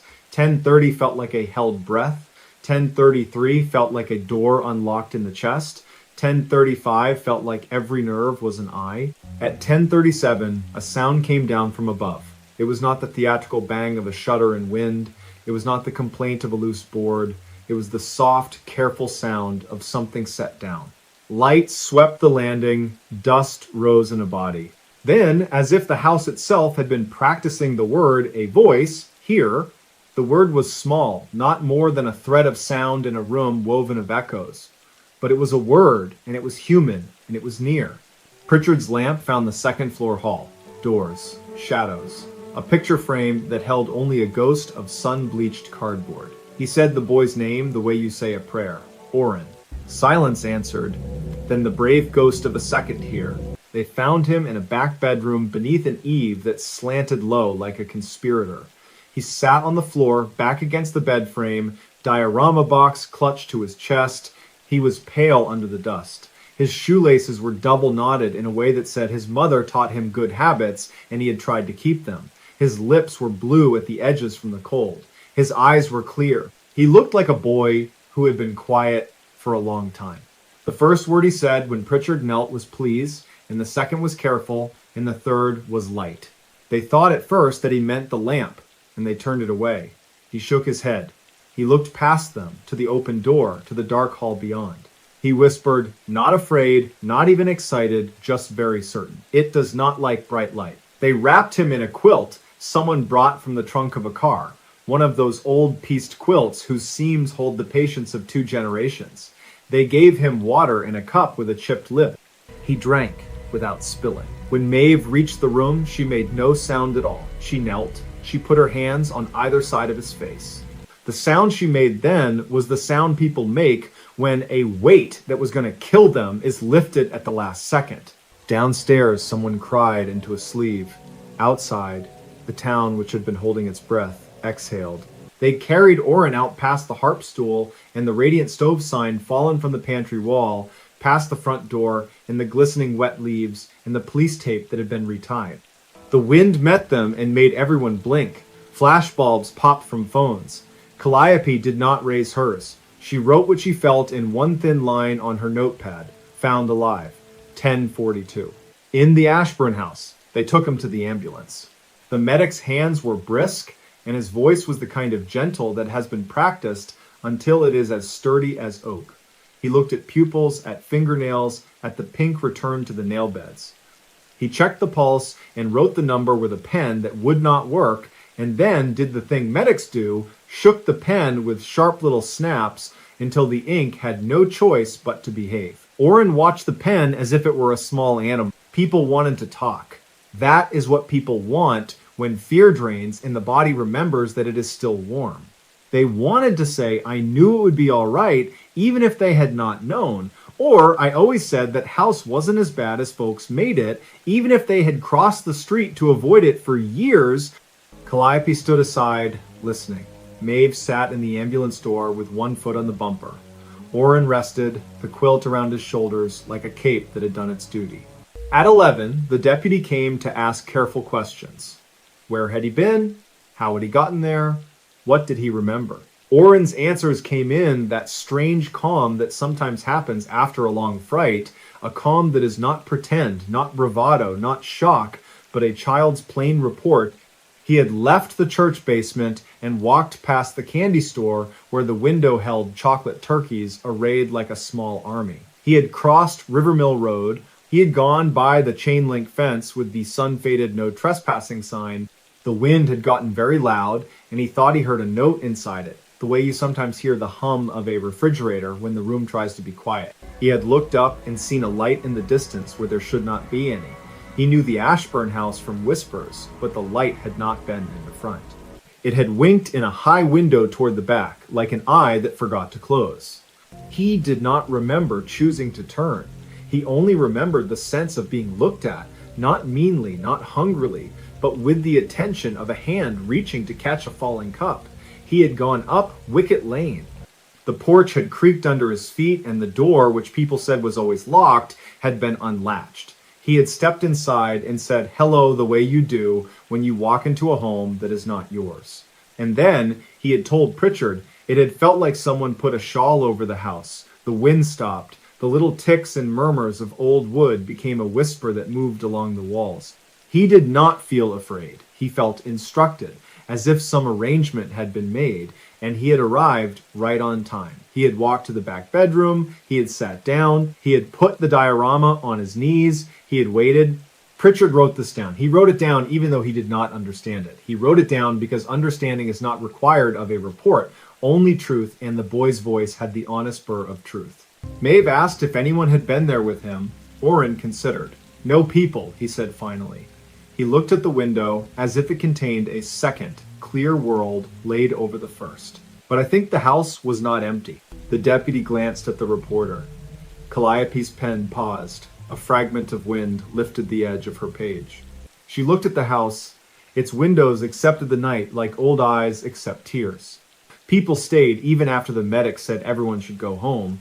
The human need to stand near a place where something has ended well is strong. It warms us like a stove. A pastor led a low prayer near the porch. Teenagers who had crossed the tape made up a story they would agree to tell their friends, leaving out their own trembling hands. Someone fetched cocoa in cardboard cups with lids that sipped poorly and left a mark on the upper lip like a child's milk mustache. In the dark, the sycamores moved their long white limbs like a slow-motion semaphore that only the river could read. Just after midnight, the first snowflake came. It was early for snow, but late for luck, and people felt the difference. The flake passed through the beam of a flashlight and dissolved against a jacket sleeve, and memories shifted, the way memories do, to make room for a better story. Before one, the crowd thinned. The ambulances had left. The tape had been pulled tight again and tied in a square knot that would hold. Maeve took her boy home, the quilt around both of them, so that for a moment they looked like a single figure, one life stitched to another. Pritchard stood alone in the lane, his cruiser idling, the map still on the hood, the thumbtack lights now only the cold ornaments of his own thoughts. Calliope did not leave. She stood on the shoulder with her notebook in her pocket, and her hands in her coat, and her breath making brief ghosts. She watched the house until watching turned into a kind of listening. That was when she heard it. Not a piano, despite the old stories. Not a voice either, not exactly. It was the frictionless sound of something being put right. A hinge seating in a jam. a loose board settling, a thread pulled through the last eye of a needle and tied off neatly, a house exhaling. The sensation moved through her like a line of warm tea. When she got back to the paper, near 2 in the morning, she wrote. She knew exactly how the first paragraph would read, and how the last would settle, and how to keep the space between them honest. She wrote in present tense because for the town, the night would always be happening, always arriving at its mercy. And when she came to the part about the light in the attic window, she paused. She did not embellish it. She did not deny it. She wrote the light as a fact in the boy's account and left it there, like a candle on a sill, enough to walk by. In the days that followed, Marrow Creek did what towns do. They brought casseroles to the Hale house and left them with notes in big pen handwriting. They pinned a thank you banner to the fence at the fire hall. Little kids drew chalk lighthouses on the sidewalk. A local carpenter named Eban Dorsey went to the Ashburn house with a toolbox and a thermos and replaced the missing balusters on the Widow's Walk because it upset him to see a railing unready to keep a person safe. He did it without permission and with such competent love that even the town clerk, who worried about liability, could only shake her head and bring him coffee. One morning, a week later, Maeve brought the shoebox diorama to the school. It had survived intact. The lighthouse was made of a paper towel tube and painted in red and white bands with a fine hand. Orrin had cut small windows and lined them in black marker. The light at the top was a foil-wrapped marble that threw a tiny cold gleam if you tilted the box near a window. He spoke to his class without drama. He said, "I thought of the light the whole time, and when I was afraid of the dark, I looked at the lighthouse and tried to be the person who kept the lamp trimmed and shining." That night, Pritchard went back to the house alone. He parked at the foot of the lane and walked up with a lamp, not because he believed the boy's words the way a child believes a spell, but because he had taken them into himself and found no harm in honoring them. He stood on the porch for a long time, the wind stuttering over the roof, the late leaves scuttering across the boards. He did not cross the threshold. He did not need to. On the way back to the cruiser, he met Eban the carpenter, coming up with a sack that chinked with new screws. Eban nodded once, like men do when they have not agreed to talk, then could not help themselves and talked anyway. "I was thinking about that word the boy used," Eban said. "Instructed. The way he said it, like the house had told him to sit and wait there, like it knew where he would be safe." Pritchard was a practical man, but practicality is not the enemy of wonder, and he felt a small involuntary warmth at the idea that some places are capable of kindness. He drove home under a sky cold and blank as a clean sheet of paper. Winter came settled and white. The river wore its thin steel skin. The children of the town learned to say Ashburn House without wanting to run away, and to look up when they said it, as if a high window somewhere might be listening. When the year turned and then turned again, the story settled into the town the way stitches settle in a scar. Not ugly, not beautiful either, simply part of the body. Years later, in early spring, when a thaw made the gutters talk and the roads show their winter wounds, Calliope received a padded envelope at the paper with no return address. Inside was a small, neat metal tag polished to a shy shine. On one side, engraved letters, Ashburn. On the other, a number that might once have matched a key on a box or a door. It was warm from someone's hand. It carried the faint scent of old wood and machine oil. She set the tag on her desk and considered writing a follow-up. She imagined the questions she would ask and the pictures she would take. Then she did something else. She walked the tag across town to the new little museum that had opened in the old rail office and placed it in a glass case beside a folded page of the paper from that October night. She typed a small card that read, "Only tag found after the recovery of Orrin Hale, Marrow Creek, year 2014. Donor prefers to be unnamed." The curator, a precise woman named Ione Willett, who categorized everything with tender avidity, tried to ask who had sent it and why. Calliope smiled. "Some stories," she said, "end better when they end." On a Sunday evening, not long after, just at the seam between day and night when the sky has a thin silver bruise to it, Maeve sat with Orrin at the kitchen table. The boy, grown taller and quieter, was working a puzzle of the coast of Maine, fitting rocky bays together with the soft tamp of knuckles. The radio gave the soft clatter of a baseball game far away. Steam rose from a mug. Maeve looked at her son's hands, which were becoming a man's hands, and she felt again the weight leave her chest as it had that night. She did not push the memory away. She let it sit with them at the table. "You remember the quilt?" she asked. He smiled. It had been washed and mended. It had a new binding now, a bright blue that made the old reds and browns sing. "It is at the foot of my bed," he said. "It keeps corners." He put the main coast in order and placed the final piece. He pressed it in, firm, and the faint click pleased them both. Outside, a breeze lifted and went on. The house gave a small, approving sound, the kind houses give when the people inside them are safe and the doors are latched, and the night can come as it always comes, with patience and with mercy, and find everyone exactly where they should be. Next stories. Stranger's Diary reveals unsolved murder's gruesome secret. The wind over Pine Hollow, West Virginia, crossed the hills like a slow breath, rattling the last oak leaves and carrying the thin smell of coal dust across the forked roads. On the 3rd of October, 1996, at 9:17 in the evening, a man named Lucan Merritt pulled into the gravel lot behind the Pine Hollow Public Library with his headlights off. He had driven through 3 counties without a radio station that would hold the night stitched together by static and the ticking of a dashboard clock that ran 2 minutes slow. In the passenger seat lay a canvas satchel he had found wedged under the back pew of a roadside church. Inside the satchel was a diary bound in cracked green leather. On the first page, written in a hand that tipped forward as if hurrying downhill, was a single sentence. "If you are reading this, then I failed to leave."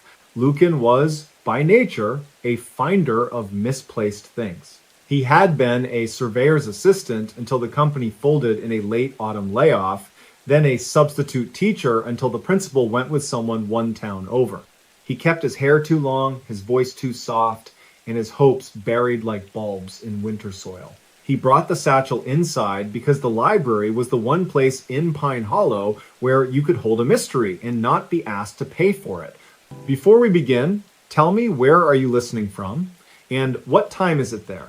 The building was a converted depot with high windows and iron hooks where lanterns had once hung. 2 lamps burned on the reference desk, casting a syrupy light on the card catalog that no one used anymore, but no one had the heart to remove. At the back table sat Etta Quinn, the librarian, who drank peppermint tea year-round and kept an old county map pinned behind her desk. Etta had lived enough life to have been called girl, then miss, then ma'am. She raised an eyebrow when she saw the satchel and the way Lucan held it like a sleeping child. "Another lost thing," she said, voice dry and kind. "The night likes you, Lucan." "It is mutual," he said, half a smile, which was a lot for him. He told her about the little church outside Raynell, a place with whitewashed siding and a steeple that leaned as if listening. He had stopped because he saw shoes in the grass, a pair of men's boots pointing nowhere in particular. The door had not been locked. The pews smelled like pine cleaner. The satchel was under the last bench. No one had been there, though the air still held the warmth of another body. He set the diary on the table, and when the leather grazed the wood, it made a sound like a whisper. Etta brought over a magnifier that had belonged to a railman. She peered through it, her silver hair haloed by the desk lamp. The name on the second page, in the same forward-leaning hand, was given as Corbin Pike. "I am writing for the ones who will not be asked," began Corbin Pike, "and for the ones who will be asked so late, the asking becomes a cruelty. I am writing for a girl whose laughter was a small bell, who went missing on a rainy Tuesday in May, the year I turned 19. I was the last one who saw her go into the Black Oak Valley. I told the sheriff I did not. I let that lie sit so long it rooted. If you are reading this, I do not know if I will find the courage to tell the truth with my living mouth." A book is a poor mouth, forgive me. Etta glanced up. The name hit like a dropped plate. The county had a long memory, and some names were stored in a high cabinet rarely reached for. Yet Corbin Pike was one of those old sounds. There had been a poster once, curling on the bulletin board between the feed store and the diner. Missing, it had read, and below that, the black and white school picture of a girl with a braided crown and a freckle on her lip. Her given name had been Ruth Ellen Farn. She vanished in the second week of May, 1979, when the rhododendron was first thinking of bloom. The newspaper had called it Unsolved. The town called it what it was, a wound. Etta shut off one of the lamps so the light would slow. She poured more tea for both of them. Lucan turned the page. The entries were precise and haunted. Corbin described the valley behind the Pike family's blue farmhouse, a place where ground fog gathered every evening as if returning to a promised appointment. He wrote of Ruth Ellen's habit of walking the ridge at dusk, a book under her arm, reading as she walked, sometimes out loud, as if the ridge itself would forget language without her. He described the last time he saw her, the sky cooled to that silvery wash that comes before full dark, a train horn a long ridge away, a storm pressing up from the south with a steady drum of distant thunder. She was wearing a red windbreaker, he wrote, and boots scuffed along the toes from kicking stones. The entry stopped and started, as if Corbin kept putting the pen down and picking it back up, pacing between sentences. Then the words thickened. She looked at me the way people look at a map they do not trust. She asked if I would walk her as far as the Split Rock. It was the 3rd of May, 1979. It was 10 minutes past 8 by my father's Hamilton watch. There was no moon yet. There was a rope hanging from the cedar near the Split Rock where my cousins used to swing. She said she would be fine.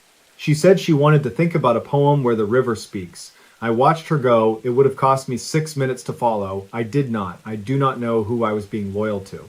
The storm reached us by 10, and it rained like it meant to wipe the slate. By morning, she was gone. Lucan and Etta read on, voices low and careful, the way you handle a story that has cut people. Corbin wrote about the search parties, how they combed the hollows with lanterns and called her name until the night felt crowded with versions of her. He wrote the sheriff's questions, the way the man had narrowed his eyes as if the truth were something you could see by making your eyes smaller. He wrote about the rumor that Ruth Ellen had left by choice. With who, Corbin asked the page, and to where and why did the final equation always subtract who she really was? There was a small smear near the bottom of the page, as if a tear had not been caught in time. Then the entries snapped into a different key. Corbin began to write about the quarry. There was a quarry past the ridge, a terraced wound in the hillside. The quarry foreman was a man named Thaddeus Holt, who owned a truck with a broken taillight on the left and a way of looking at people that felt like being weighed. The Holt family went back to lumber times. They had money and land, and they moved as if the earth were theirs like a keyring. Thaddeus was in his late 30s that spring, with a face that would not commit to kind or cruel. He stood near the counter at the diner on the morning of the 5th and told Deputy Moxley that the quarry night watch had seen nothing. I did not believe him in the way a dog does not believe the hand that twice denies. I did not have proof. I had something worse, a small fear that I had done so little and it would turn into a lifelong habit. The diary moved forward in steps. Corbin wrote that he tried to speak to Ruth Ellen's mother and could not. He walked up the Pike driveway to the cedar and stared at the rope swing until he got dizzy with the rounds it must have turned. He wrote down times like someone trying to build a ladder of moments back to the one that broke. He wrote about working at a repair shop in Blue Lick, about washing carburetors in a thin, sour smell, about going home with his hands raw and his mind worse. He mentioned a pocket watch with a loose hinge, the Hamilton that had kept time the night Ruth Ellen disappeared. He said he kept it in a drawer because he did not deserve to know the hour. Etta tapped the page. The Hamilton, she said, barely above a whisper. Her eyes moved to the wall where the county map hung with its stunned constellations of pins. Lucan nodded. There were so many Hamiltons in the mining towns that the brand was nearly a local species, but the diary's insistence on the watch felt like a thread to pull later. He turned another page. The entry was dated late October of the same year. Corbin wrote about the storm that had come on a Friday, the creek flooding past the culverts, the quarry road sluiced with mud. He had taken a shortcut that evening across Holt property, he wrote, because his mother had a fever and he needed to fetch the doctor. He had seen the Holt truck near the quarry service gate. The left taillight was out. The right glowed like a single red eye. I tell myself now that I should have looked into the bed of that truck, he wrote, but the rain was a curtain and the doctor was half a mile behind and I was 19 and cowardice was wearing a believable costume. I kept moving. The diary thinned after that, as if the writer had lost the habit of confession. Months went by with only fragments. I saw her bracelet in a dream and woke with the taste of metal, he wrote in late winter. Then another spring came, and he wrote the name Ruth Ellen 3 times in a row and underlined it. Then the entries stopped. Lucan leaned back, eyes burning from the small type. He could feel a tug in the writing, a bias towards self-punishment, yet he could also feel something else. Corbin had set off signals in the diary and then never followed them. The quarry, the taillight, the rope swing, the Hamilton watch that had become an instrument of guilt. All signs, none of them tied to proof. Etta set the magnifier down and folded her hands. Her peppermint tea rose in a faint wreath. She spoke in the soft tone that carries in a library better than any shout. He did not know how to finish, she said. People who do not know how to finish often leave a tool. Lucan waited. The tool is the diary, she added, and then she glanced again at the wall map, eyes pausing over a pale blue vein labeled Holt Quarry Road. The quarry had closed more than a decade after Ruth Ellen vanished, and Holt money had gone into real estate and then into nothing anyone could see. There was a bell over the library door that barely rang for regulars and clanged for strangers. At 10 after 10, it clanged. A man in a canvas coat and a cap pulled low came in and stood just inside, letting the bell sound finish, which took a long time because something about him made time expand in the room. He took off the cap and revealed a forehead cut in a straight pale line where a hard hat might have sat for years. He had the posture of someone who had listened to machines more than to people. He looked like a rock that had decided to try speaking. "Evening," he said, rough as gravel. Etta's voice was librarian courteous. "We are closing in 20 minutes, she said. "Can we help you in that span?" "I am not here to borrow," the man said. "I am here to return." He lifted a small leather wallet from his coat, and from the wallet a folded paper. He laid it on the reference desk. Etta opened the paper and saw the first page of a photocopy from a county case file. The missing person report of Ruth Ellen Farn, filed by her mother at 9:20 in the morning the day after she vanished. The nameless man pointed to the bottom of the page. "It says here the last person to see her alive was listed as unknown," he said. "I know who it was." Lucan felt the air in the room tilt. Etta did not look at the man immediately. She looked at the diary, then at Lucan, then only at last at the man, as if to acknowledge that her days were not, after all, a loop that ended where they began. "And who might you be?" she asked. The man tapped his chest. His fingernails were squared and clean. "Name's Osric Vale," he said. "I ran night watch at Holt Quarry for 20 and more years. I checked the trucks in and out, and I saw on that Tuesday night in May of that old year a girl in a red jacket stand outside the service gate with a book in her hand and her braid gone loose. I saw the foreman, Thaddeus Holt, offer her a ride down the hill because the rain had started. She said yes. She got into the truck. That was the last time she stood on both feet on Holt land." Etta's hand went to her throat and stopped there. Lucan could hear the clock on the wall for the first time since the man entered. The ticking had the accent of a metronome. Osric Vale blinked slowly and added a final sentence that sounded like he had carried it for longer than it deserved to be carried. "I should have called the sheriff right then," he said. "But a man likes to keep a job. A job is bread. I kept it until it was gone, and then the story remained and the bread did not." They let the clock tick for a count of 30. Then Etta spoke again, slow, as if her words were numbered and she did not intend to use more than necessary. "We need more than a confession," she said. "We need a direction. We need a place in the earth to go to. Do you have one of those, Mr. Vale?" Osric Vale nodded once. "I do," he said. "The quarry flooded in the late 80s when they stopped pumping.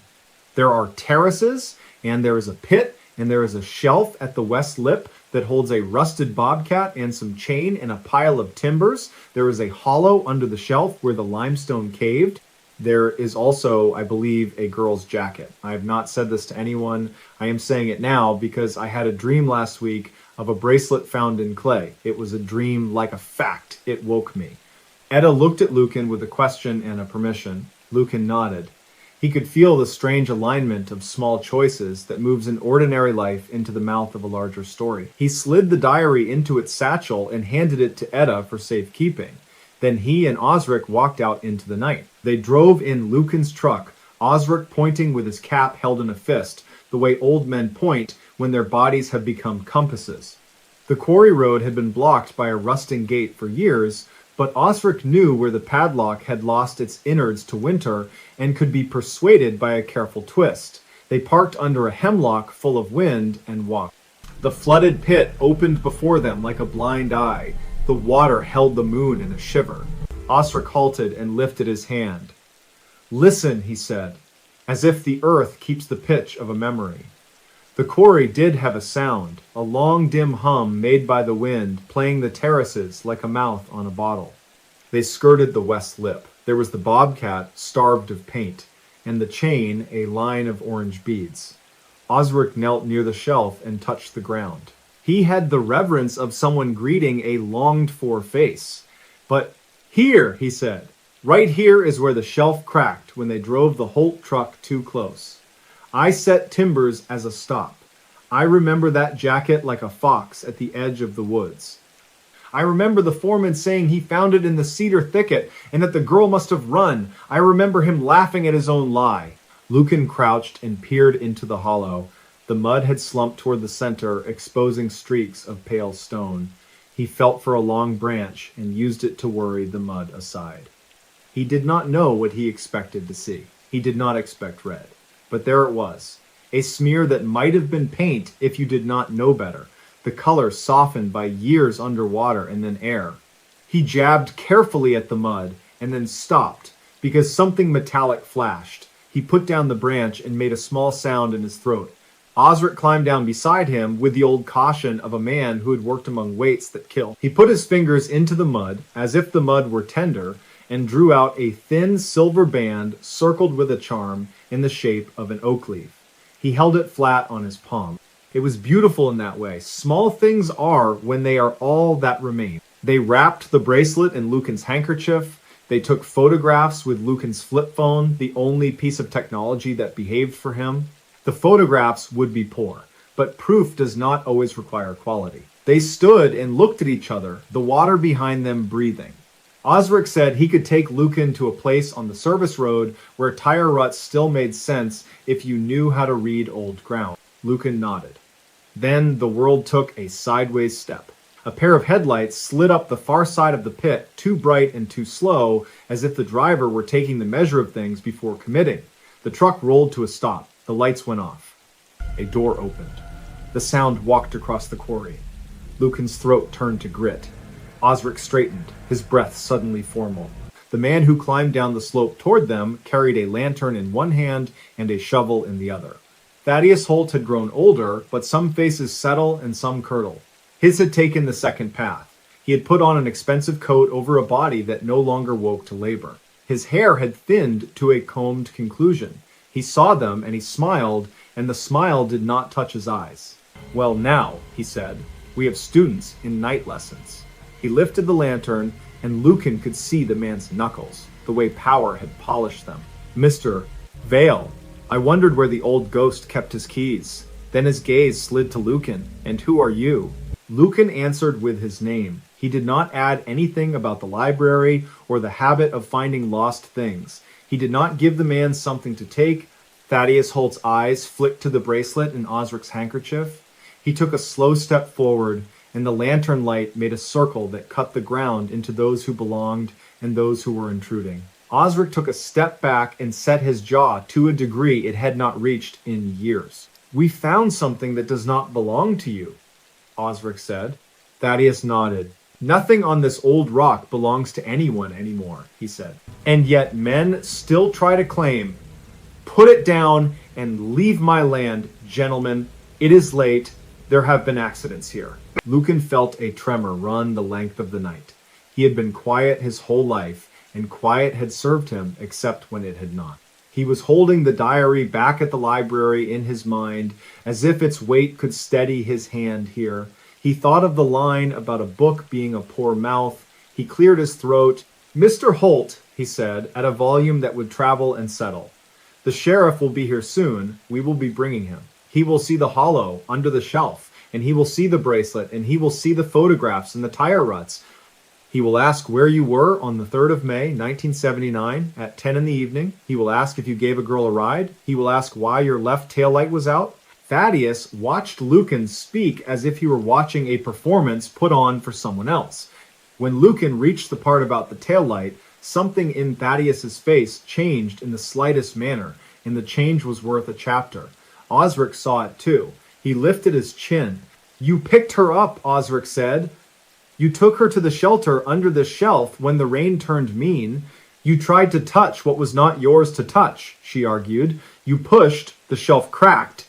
You frightened yourself. You said to me the next morning that gravel shifts, that nothing is certain, that the girl probably ran off to Charleston with some long-haired boy. I carried your lie like a school bag till my shoulders ached. I am done." Thaddeus lifted the shovel and laid it across his shoulder like a piper lays a flute. His voice came back with new iron. "There is no body," he said. "There is no crime without a body. You have told yourselves a story, and you have told it with feeling. The county likes feeling. Feeling keeps folks from asking why jobs go, why the houses tilt, why their kids leave. Feeling is cheaper than roads. What you have is a trinket found in mud and a bedtime tale. Go home." Osric took a step forward then, which cost him. He had moved warily for so long that sudden movements had nearly been erased from his catalog. He stepped forward anyway and lifted the handkerchief with the bracelet as if showing an altarpiece. "This is a girl's life," he said. "Her mother kept a plate at the table for a year after she vanished. Her brother would not go near creeks. Her teacher quit teaching poetry. Her name was Ruth Ellen. We are not going home." The lantern flame guttered and returned. The quarry hummed. Lucan understood suddenly that Thaddeus Holt had not come here to be surprised by them. He had come to check a place that had itched him for decades. He had returned to the scene the way men return to mirrors. Meeting them here turned his check into a confrontation. He shifted the shovel from his shoulder to his hands. He lifted the blade a few inches. "You have been on my property 10 minutes, he said. "You have told me a story I do not care for. I am telling you to leave.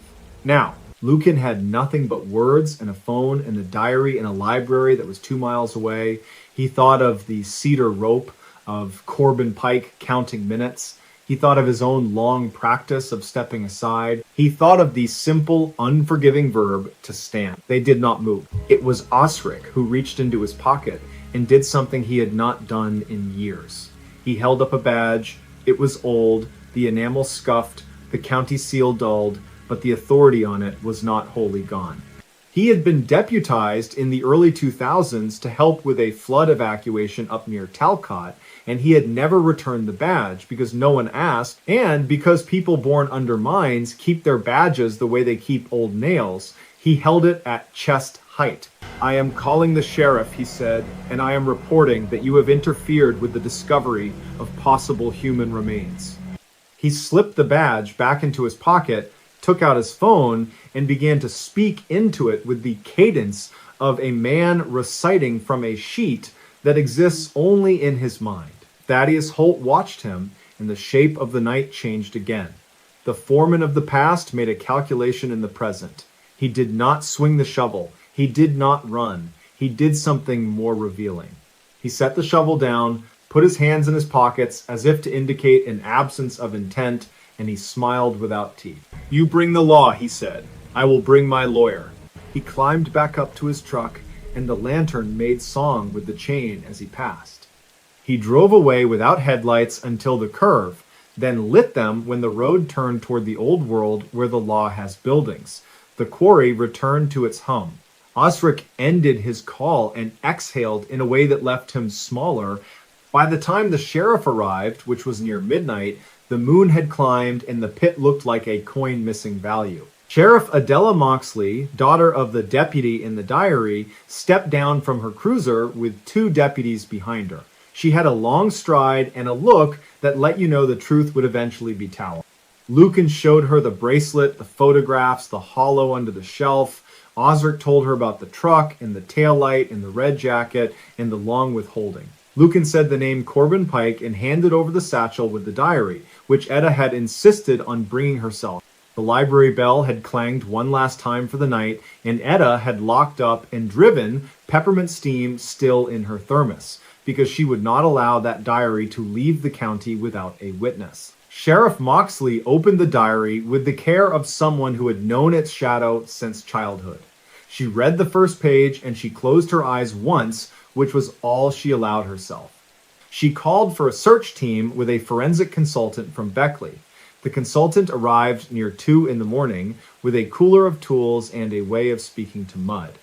They worked under floodlights that made the quarry feel like a stage set built for a very slow play. At 4, a deputy held up a small button with a flower pressed into it. At 5, another found a string of sewing thread preserved in clay. The bracelet lay on a clean cloth like a star. When the sun finally took the place in the sky it liked best, a piece of bone was lifted in a small sieve. The consultant looked up and nodded. Everyone who had been awake all night felt a second-day break inside the first. Sheriff Moxley placed Thaddeus Holt under arrest for obstruction that morning, and by evening for suspicion of homicide based on material evidence pending full identification. He was taken from his large house on Birch Street while people watched from porches with their morning coffee not yet cold and their mouths a little open. The old Holt money bought an attorney whose voice had unwrapped many men from many ropes. The attorney said there was no direct evidence. The attorney said the bracelet could have been dropped any time. The attorney said the ground shifts and stories shift and memory is unreliable. The attorney said the word conjecture with relish. For once, the county had more than memory. It had the diary, and it had Osric Vale, and it had a button, and a thread, and a thin band of silver in a place in the earth where a shelf had given way. It had Corbin Pike's story, which, when set beside Osric's, made a set of rails the train of truth could travel on. Sheriff Moxley walked that train into the courthouse with a steadiness that came from living here long enough to have seen the inside of other trains. The hearing fell on a Wednesday, the second week of October, the year 2003, written in the clerk's ledger in longhand, because that was the tradition.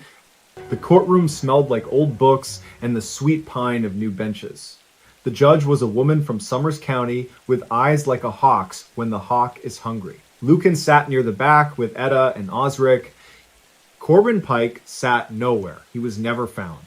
The diary had ended in winter and never resumed. Rumor said he left for Illinois. Another rumor said he worked on boats in Louisiana and stopped writing forever, which is a kind of leaving. Osric spoke first. He told the judge about the night in May, the rain, the red jacket, the ride offered and accepted, the long silence that followed. He did not ask for forgiveness because forgiveness is not a thing you request in a courthouse. He asked only that the truth be let to stand where it had been trying to stand for so long. The attorney's questions were precise, designed to shave the truth to scraps. Had Osric been fully sober the night he saw the truck? He had not had a drink in months, he said. Was he sure it was Ruth Ellen? He was as sure as a man can be after a lifetime of being unsure. Why did he not come forward earlier? Because fear, because rent, because men like Thaddeus Holt made livelihoods into leashes. He did not dress the answer, he let it go bare.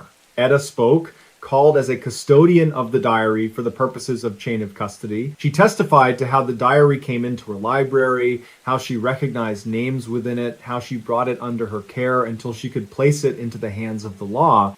She was the only witness who made the attorney blink without knowing why. It was something about the way she said the word dear once when describing a note in the margin, as if she were speaking directly to the absent dead and the absent diarist both at once. Then the forensic consultant spoke, careful, unsentimental. The bone fragment, he said, was human and consistent with a girl of Ruth Ellen's age. The bracelet had traces of the same clay found in the hollow shelf, and that clay came from limestone pockets particular to that section of Holtland. The bobcat tracks showed signs of being used to move heavy loads near the shelf in past years. The taillight evidence was circumstantial, he admitted, but in the human world, he added, gently, there are times when the word circumstantial is only a synonym for the patience of facts. Thaddeus Holt did not speak. He sat with his hands folded, his thumbnail pressed into his middle finger until the nail went white. The judge's decision was narrow and wide at once. She ordered Holt held without bail pending a full trial. She ordered the quarry site secured as a scene. She ordered a search of Holt's property for any personal effects of Ruth Ellen. She spoke to Osric without taking off her robe voice. She said that the court recognized the courage it takes to speak late and would not consider lateness as a means to disqualify the truth. She said the word truth as if it had weight. The trial came in late winter, when the mountains were all bone and wind. The jury listened to all the words. They listened to the way silence had shaped the town. They listened to a tape of Ruth Ellen reading a poem from a high school anthology found by a music teacher who had kept old programs in a shoebox. The tape was hiss, and then a clear young voice sang a line about water-keeping secrets it never meant to.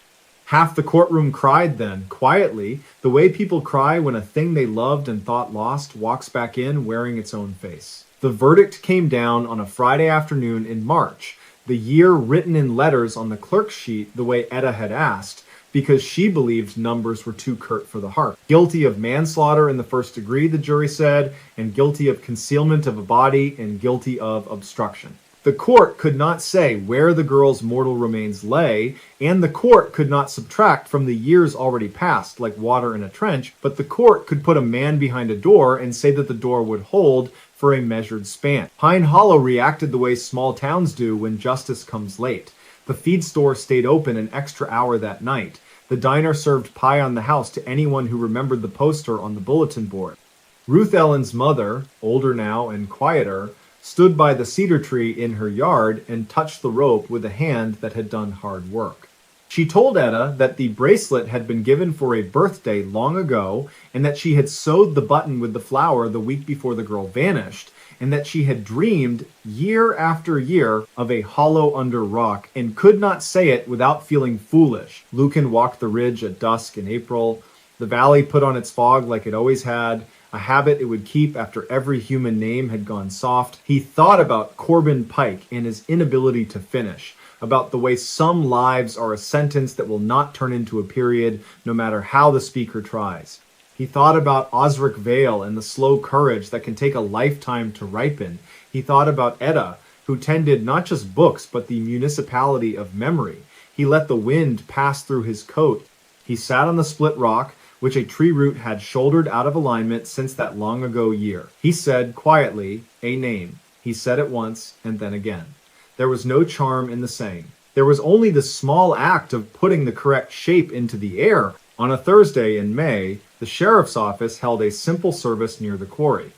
A pine box, empty but symbolic, was lowered into a garden of wildflowers that school children planted along the fence. Ruth Ellen's mother stood with her hand on the wood.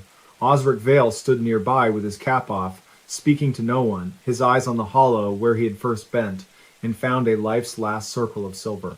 Etta read a poem in a voice that did not wobble.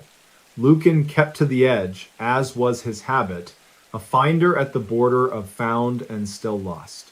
After the service, he drove to the little church outside Raynell, the one with the leaning steeple where he had first found the satchel under the pew. He wanted to thank a place for being the place where a thing had shifted.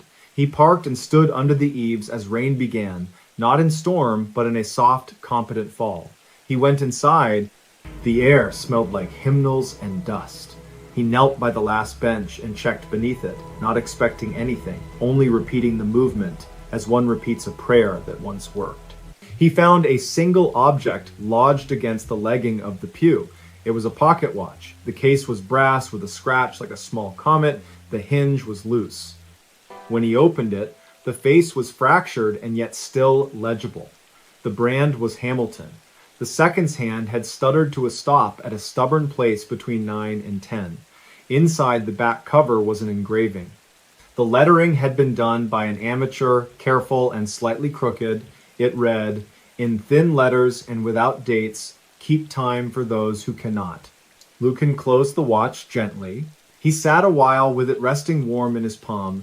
Then he rose and drove the winding road back into town. He stopped at the library because the library had become his way of ending and beginning days. Etta looked up when he came in and saw the watch. She did not ask where it had been. He set it on the reference desk, and they watched it as if it might choose to tick again. It did not. That was fine. The diary rested on the desk beside it, now in a plastic sleeve for the sake of the archivist who would eventually request it. Etta had tucked a slip of paper inside the sleeve with a note for the future. Found by Lucan Merritt in a church near Raynell on the 3rd of October, year written out in words for the sake of the heart, brought to the library, handed to the law. May it help the next person who is trying to tell the truth with a poor mouth. Lucan left the watch in Etta's care because she was good at tending the tools people leave behind when they run out of ways to finish. He walked back outside into a spring that had decided finally to pry winter loose. The wind moved through the oaks. He thought about how time does not heal anything.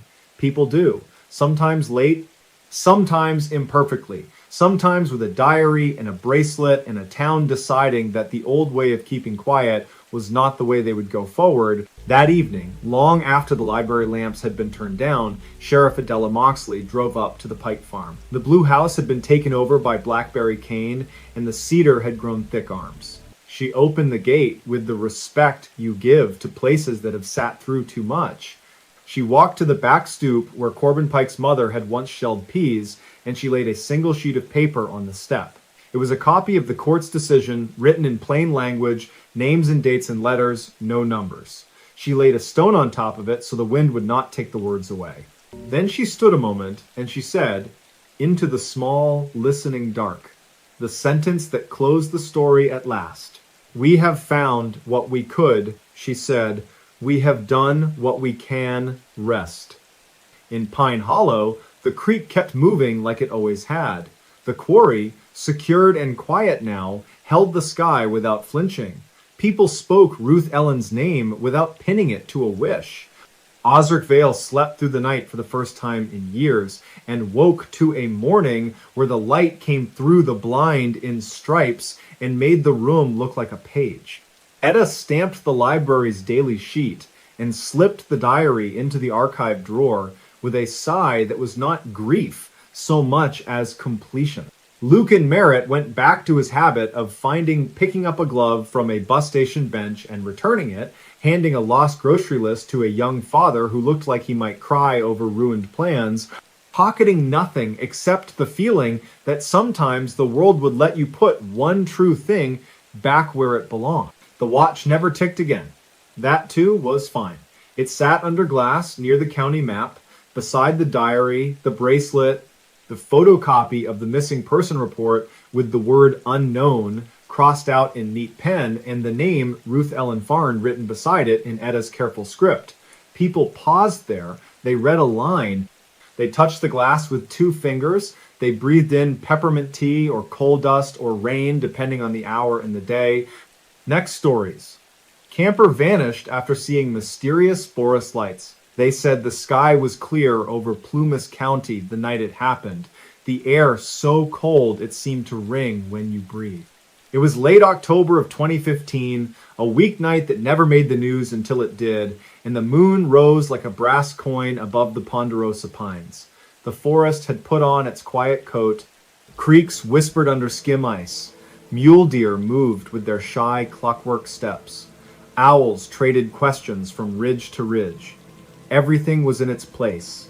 Then came the lights. His name was Talbot Hargreave, though most folks called him Tall. A lean man in his late 30s with a crow's stride and a carpenter's hands, Tal preferred old canvas over technical fabrics, coffee boiled black over any bottled energy. He was not a reckless romantic. On the contrary, he had always camped as if the forest graded him. He packed out what he packed in, left stones as he found them, planned his routes, left notes under magnets on the fridge. He worked in a small-town restoration shop in Quincy, and on weekends he ghosted the logging roads in an aging marigold truck, hunting for the kind of quiet that reminds you your heart is more than a metronome. Before we begin, tell me, where are you listening from and what time is it there? Mariella Quince, who ran the coffee window on Crescent Street, remembered the morning he left. He bought a cinnamon bun, asked for a second cup sleeve, and grinned at the early chill. He was headed toward Bucks Lake and beyond, he said, to a spur road he had memorized by the way the wind sounded in the dogwoods. He had a map folded twice. He had an orange-knobbed compass. He had an old Nikon. He would be back by Saturday night. He would bring her a picture of a stump shaped like a crown. The lake was flat glass by late afternoon. Tal parked at the turnout, shouldered a faded pack, and started up Bluebird Shelf, a bench of granite above the water. His plan was simple. He would make camp beneath a ring of firs before the trail tipped into the darker miles. He would sleep, rise early, and step into the high meadow to watch the first frost loosen from stiff grass. He had no heroics on the docket. He wanted a sunrise, and the drift of ravens, and maybe the shine of an old insulator in the dirt. The way he told friends, he was going to count the colors the world could be when nobody wanted anything from him. By twilight, he had a small fire going in a legal pit near a stone with a cleft that looked like a grin. He set up the weathered khaki tent, the one with a scar near the door that he had sewn with dental floss years ago. He brewed a tin cup of coffee, tilted in a fingertip of whiskey, and listened. The dark came on like a slow-held breath. Coyotes tuned up along the distant ridgeline, then let the song go quiet again. Tal pulled on a knit cap. He hummed. He drummed fingers on the metal cup, a patient beat. The rhythm of someone who knows the forest is not a show put on for him, who does not clap for a curtain to rise. Shortly after, he zipped himself inside the tent. The first light arrived. At first, he thought it was a distant hiker's headlamp cutting through trees with that white, impatient swing, but the beam was wrong. It did not fan out or stumble. It moved behind the trunks as if the trunks were glass, a roundness of pale that seemed to breathe. It crossed the hollow to the east, stopped, widened, and thinned, like a coin held on edge and then flat. Tal lay on his side and watched its edges blur against the night.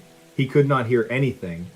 No footfalls, no whisper of brush, only the river's cold silk and the faint snap of cooling rocks.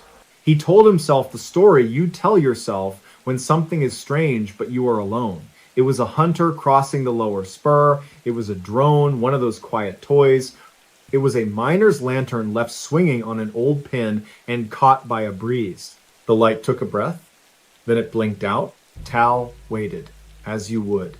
He tucked his chin deeper into the wool. He counted 30 breaths. He felt the sleep that comes after miles slide over him like a heavy blanket. He let it. The second light woke him near midnight. This one was closer.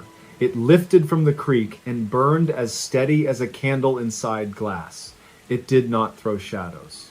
That was the first thing that unsettled him. He raised his palm and saw no crisp darkness on the tent wall. He listened for mosquitoes and heard none. The light paused somewhere near the fire ring, as if considering the circle of ash. Then it rose by a hand's breadth and made a delicate turn, no sound of foot, no drag of chain. It did not ring any of the bells the mind uses to stay calm. Tal whispered a word he would not remember later. His mouth went dry, the light drifted toward the tent. There is a moment in some nights when the air feels like a hallway and you feel both inside and outside your life. Tal opened the zipper a hand's width. Cold slid in like a knife. The light hovered beyond the flap. Close! It was not a ball, but a shape, like a slow heart, pulsing small, then full, a pale amber that carried a low hum that was not a hum, more the memory of one. Tal put his face to the gap and inhaled the scent of wet stone and metal warmed by sun, though the sun had long since left. The light answered by shrinking, then brightening, then pulling itself into a thin thread and slipping past his line of sight. Tal felt something like relief. He felt something like being counted. He lay back. He pulled the wool over his chest. He told himself that he should mark the hill with a rock arrow in the morning, write the time in his small notebook so he did not let the forest rearrange his memory. He should go back to sleep. He should watch the light if it returned. He should not invite it. In Quincy, the clock on the courthouse ticked toward the stomach hours, the ones no one claims. In the tent, Tal's breath evened out. In the trees, the unseen made its slow arithmetic. What the searchers later learned from tracks in disturbed moss suggested that Tal stepped out a little before one. Somewhere between one sound and another, the light came back, brighter and farther away, on the lower slope by a snag. The night had that deep cold quiet that makes a single snap twig travel like glass breaking. Tal stepped into his boots without lacing. He slid his arms into a jacket. If he took the camera, no one found it later. If he took the compass, it was not recovered. He whispered again, this time his own name, and then he whispered another, a name he did not use for anything, as if he were trying something out in the air. He stood in the open, so still that frost began to slick his hair. The light lowered until it almost kissed the ground, as if inviting. It stretched into an oval, then into a strange narrow mouth of brightness. Then it returned to its slow heart. It turned once, the way a bird will turn mid-air to remeasure a wind. Tal took 3 steps downhill. In the morning, Mariella Quince would get out of bed with the feeling she had left some appliance running. She would sniff for heat, touch the stovetop, check the iron, pace the rooms, then laugh softly at herself and pour the batter for pancakes. She would stand at the window with a spatula and watch a raven ride a thermal like a thought. She would tell herself she was thinking of a friend because it was Saturday. Before dawn, the cold deepened into a grit that crackled underfoot. The light floated sideways, a slow, patient walk. Tal followed at a distance that felt like letting a shy dog lead him to something it wanted to show, but would bolt if he rushed. He went past the grinstone, past his fire circle, across a small spill of scree where his boots scraped softly. He should have turned back, where the duff thinned and the old burn began. But the light kept its steady hallway pace, and Tal, who had raised barns and driven through mountain storms and felt sure of his place among living things, could not convince himself that he was not being asked a question. If he had shouted then, the sound would have landed in empty miles. If he had thrown a rock, he would have learned whether the light was a lantern, a trick, a man. He did neither. He picked his steps, held his breath, and followed as if on a slow rope. The light glided down into an old wagon road, cleft into the slope so long ago that lichen had taken title to the ruts. Ferns had grown and sealed and grown again. The oak skeletons on the cut bank raised their hands, as if surrendering in permanent silence. He came to the road and stopped. The light had paused there as well. It seemed to rest, exactly where the ruts were deepest, just past a small cairn the color of old tea. Tal tasted rust and thought of the nails he kept in coffee cans. He thought of how they looked when the afternoon sun lit the dust above his workbench. His throat tightened. He did not know why until he realized he was grieving something he had not lost yet. Here is how the deputy wrote it in the report. Later. Choose your own slow breath before you read it aloud. The tracks proceed down the old wagon road 15 to 20 yards, grow irregular, then stop. The ground past the wagon ruts is undisturbed. The rocks on either side of the ruts are unturned. No sign of a slide or sink, no drag marks, no animal prints. The pine needles forward of the last boot print are undisturbed and lightly frosted. No signs of a scuffle, no blood, no debris, no camera, no pack, no sign of struggle. The prints end. Tal did not come back to his tent. The fire ring stayed neat, the coffee tin sat where he had left it, the map was on the stump with a pine cone as a paperweight, the tent zipper was half down, a moth had become a small white leaf near the lantern and then fallen. By late morning, a fisherman noticed the unattended camp. He walked a short distance down the slope and called, not loudly, because folks in the mountains do not believe in shouting names unless it is necessary. When he got no answer, he called a second time. The third time, his voice thinned. He looked around, saw the boot prints, followed them to the wagon road, and found the place where they ended like a sentence cut short with a blank page. He did the correct thing. He did not play detective. He walked back to the truck turnoff and drove out until his phone found a skiff of service. He told the dispatcher what he had seen and what he had not. He used the word strange only once. He used the word quiet 3 times without noticing. Search teams came with maps folded into quarters and dog teams that padded over the frosted trails and breathed white. They brought a portable repeater and strung it from a mast so their radios could do the trick of making one voice happen in many places at once. They brought cloth flags on wire stems colored pink and orange, the kind you stick at corners when you want to remember where the corners are. They brought clipboards. They walked in lines, took careful steps, and did not trample the wagon road. By late afternoon, they had all agreed on 2 facts that fought each other. Talbot Hargreave had walked from his tent to the wagon road, and then the world forgot how to take his weight. A deputy named Orrin Pike squatted with knees popping and pressed a gloved hand to the last print, as if he might hear the heat of it. Then he rose, turned slowly, and scanned the trees as if they might explain themselves. They searched the creek cut and the limestone karst. They rapped on the hollows that formed in the old lava bubbles and waited, then rapped again. They sent a team toward the talus and another toward the meadow. They called his name with the gravity of men and women who know the mountain listens even when it does not answer. The dogs worked tirelessly and then sat down with the puzzled grace of good dogs when the scent went nowhere at the ruts. At dusk, the mountain changed its mind about the light. The first stars came like pinpricks in canvas. The temperature fell fast. A ranger with a face like a kindly axe suggested they break, warm up, then go again with headlamps until midnight. In the deep blue before the last light died, 2 volunteers on the East Spur saw what they later called a lantern without a lantern, a soft gold moving slowly where a person would have to walk sideways through brush. They raised their hands to shade their eyes, though there was nothing to shade from. They watched the light pause, thin and sway like something remembering a dance. They were tired, they were cold. They kept watching until the light moved behind a screen of firs and did not come out the other side. The report notes their statement but brackets it with a word that men write when they do not want to be cruel. Anecdotal. In town, Mariella kept the window open past her usual hour. She propped the door and listened for the Marigold truck. She told herself the lake roads could be slow. She told herself the map fold he trusted might have torn free from his pocket. She told herself the forest sometimes asked for a little more time. When the last customer left, she wiped the counter twice, then twice again. The lights above the espresso machine made a faint hum, the kind that tells your teeth a story you cannot hear. She switched them off. The place felt suddenly bigger. The second day, the light snow that threatens but never commits in early mountain winter made a cameo. Flakes appeared and then decided not to. The search teams broadened their grid. A plane from a neighboring county made lazy ladders above the slopes as a spotter peered through glass. A reporter from Reno asked a question about missing hikers and statistics, then asked a second, softer question about hope. The second was not recorded.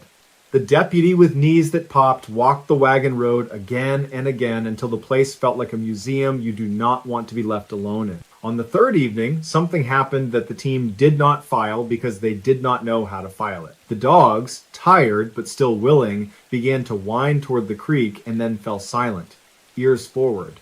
The air felt brilliant and thin.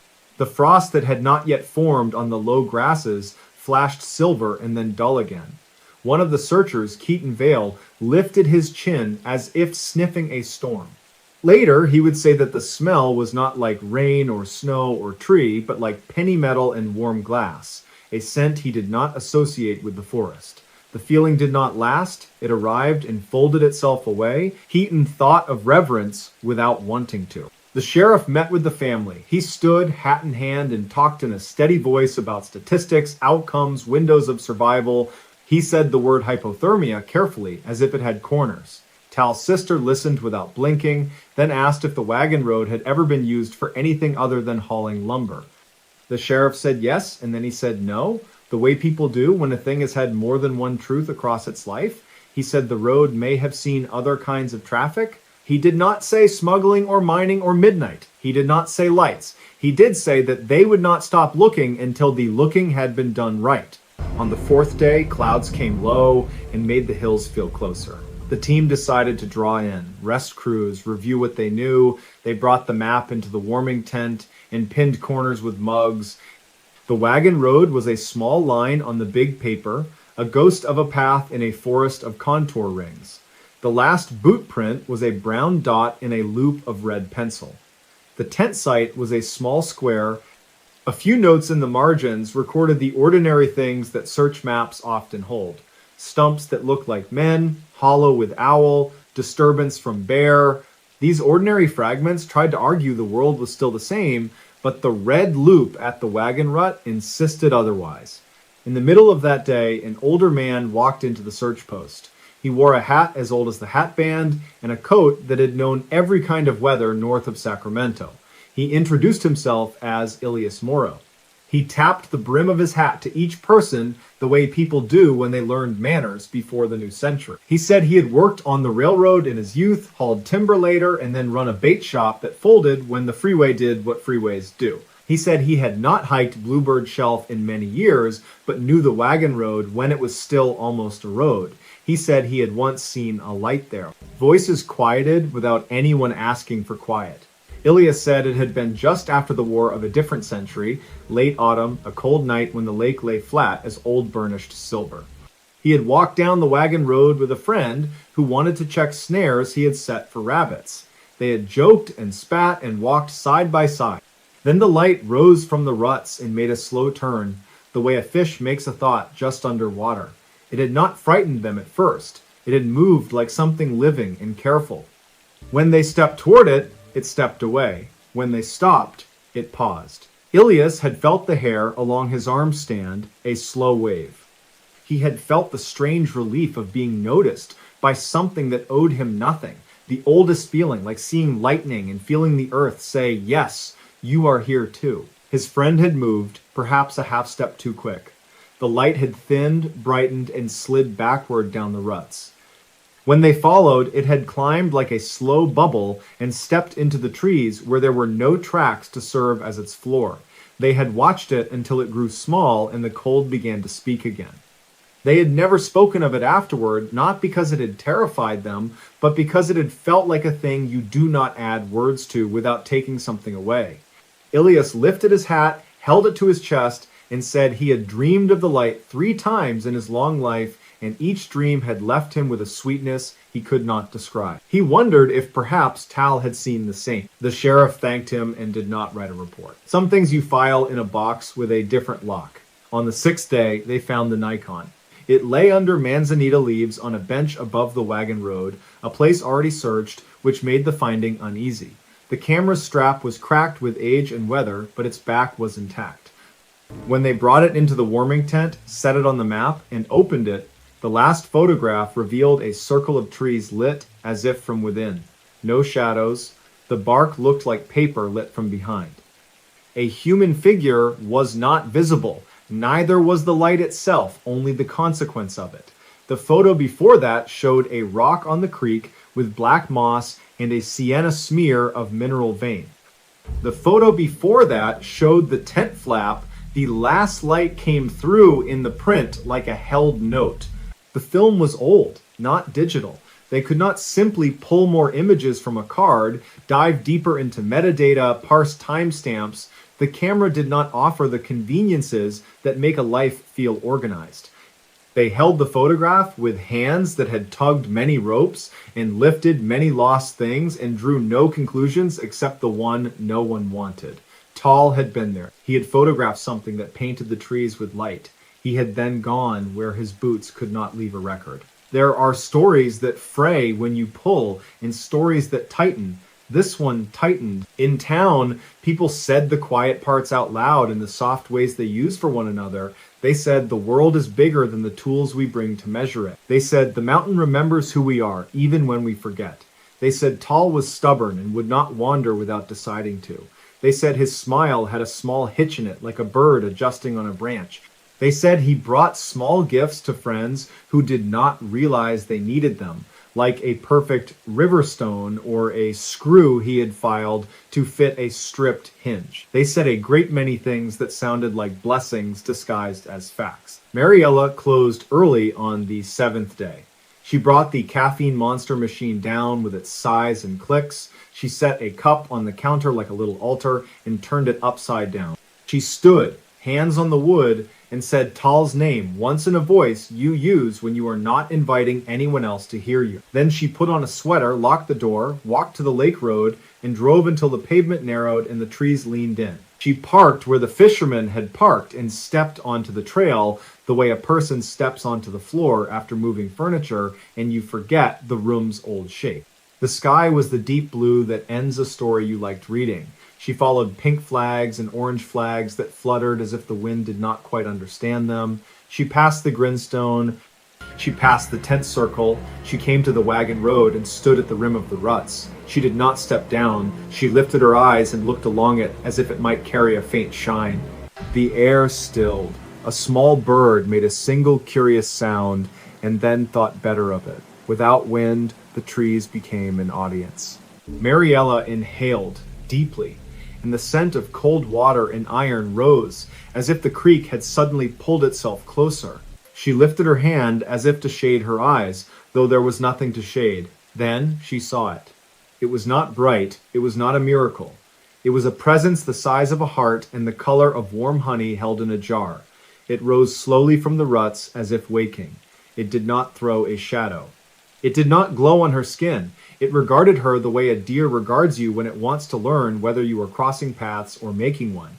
Mariella's breath left her in a soft "oh" that did not ask and did not answer. She took a half step toward the ruts and then stopped. The light brightened and thinned. A whisper moved up the old road, a hush that had nothing to do with wind. The hair on her arms lifted. She felt a sudden, irrational certainty that if Tal could see this, he would laugh and say, "Now you know."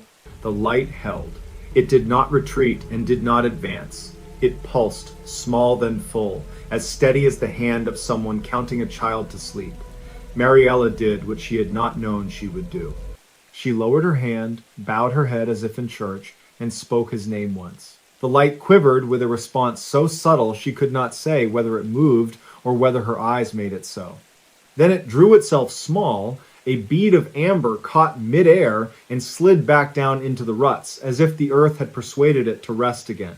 Mariella stood for a very long time. She did not call to it, she did not beg, she did not weep. She waited until the last blue drained from the sky and the stars arrived to begin their unpaid work. Then she turned, walked back along the flags that still did not understand where they were, and drove to town. She did not tell anyone that night. She did not know what to do with the new shape the world had taken, except carry it gently and place it next to the older shapes and let them learn to sit together. She slept without dreams and woke with a certainty that had no edges.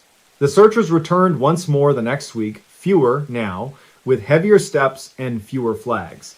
They checked the ruts again, the creek, the clefts, the caves. They found nothing new, which is not the same as nothing. They took down the mast. They signed their names on the back of a map before the sheriff rolled it tight. They packed up the warming tent and turned the ground back to the ground. Winter came early that year.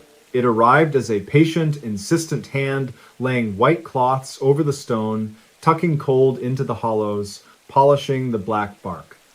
The lake took a skin of ice and learned to speak again only when the afternoons were warmer. Elk passed with the gravity of creatures that never ask permission. Owls resumed their voting.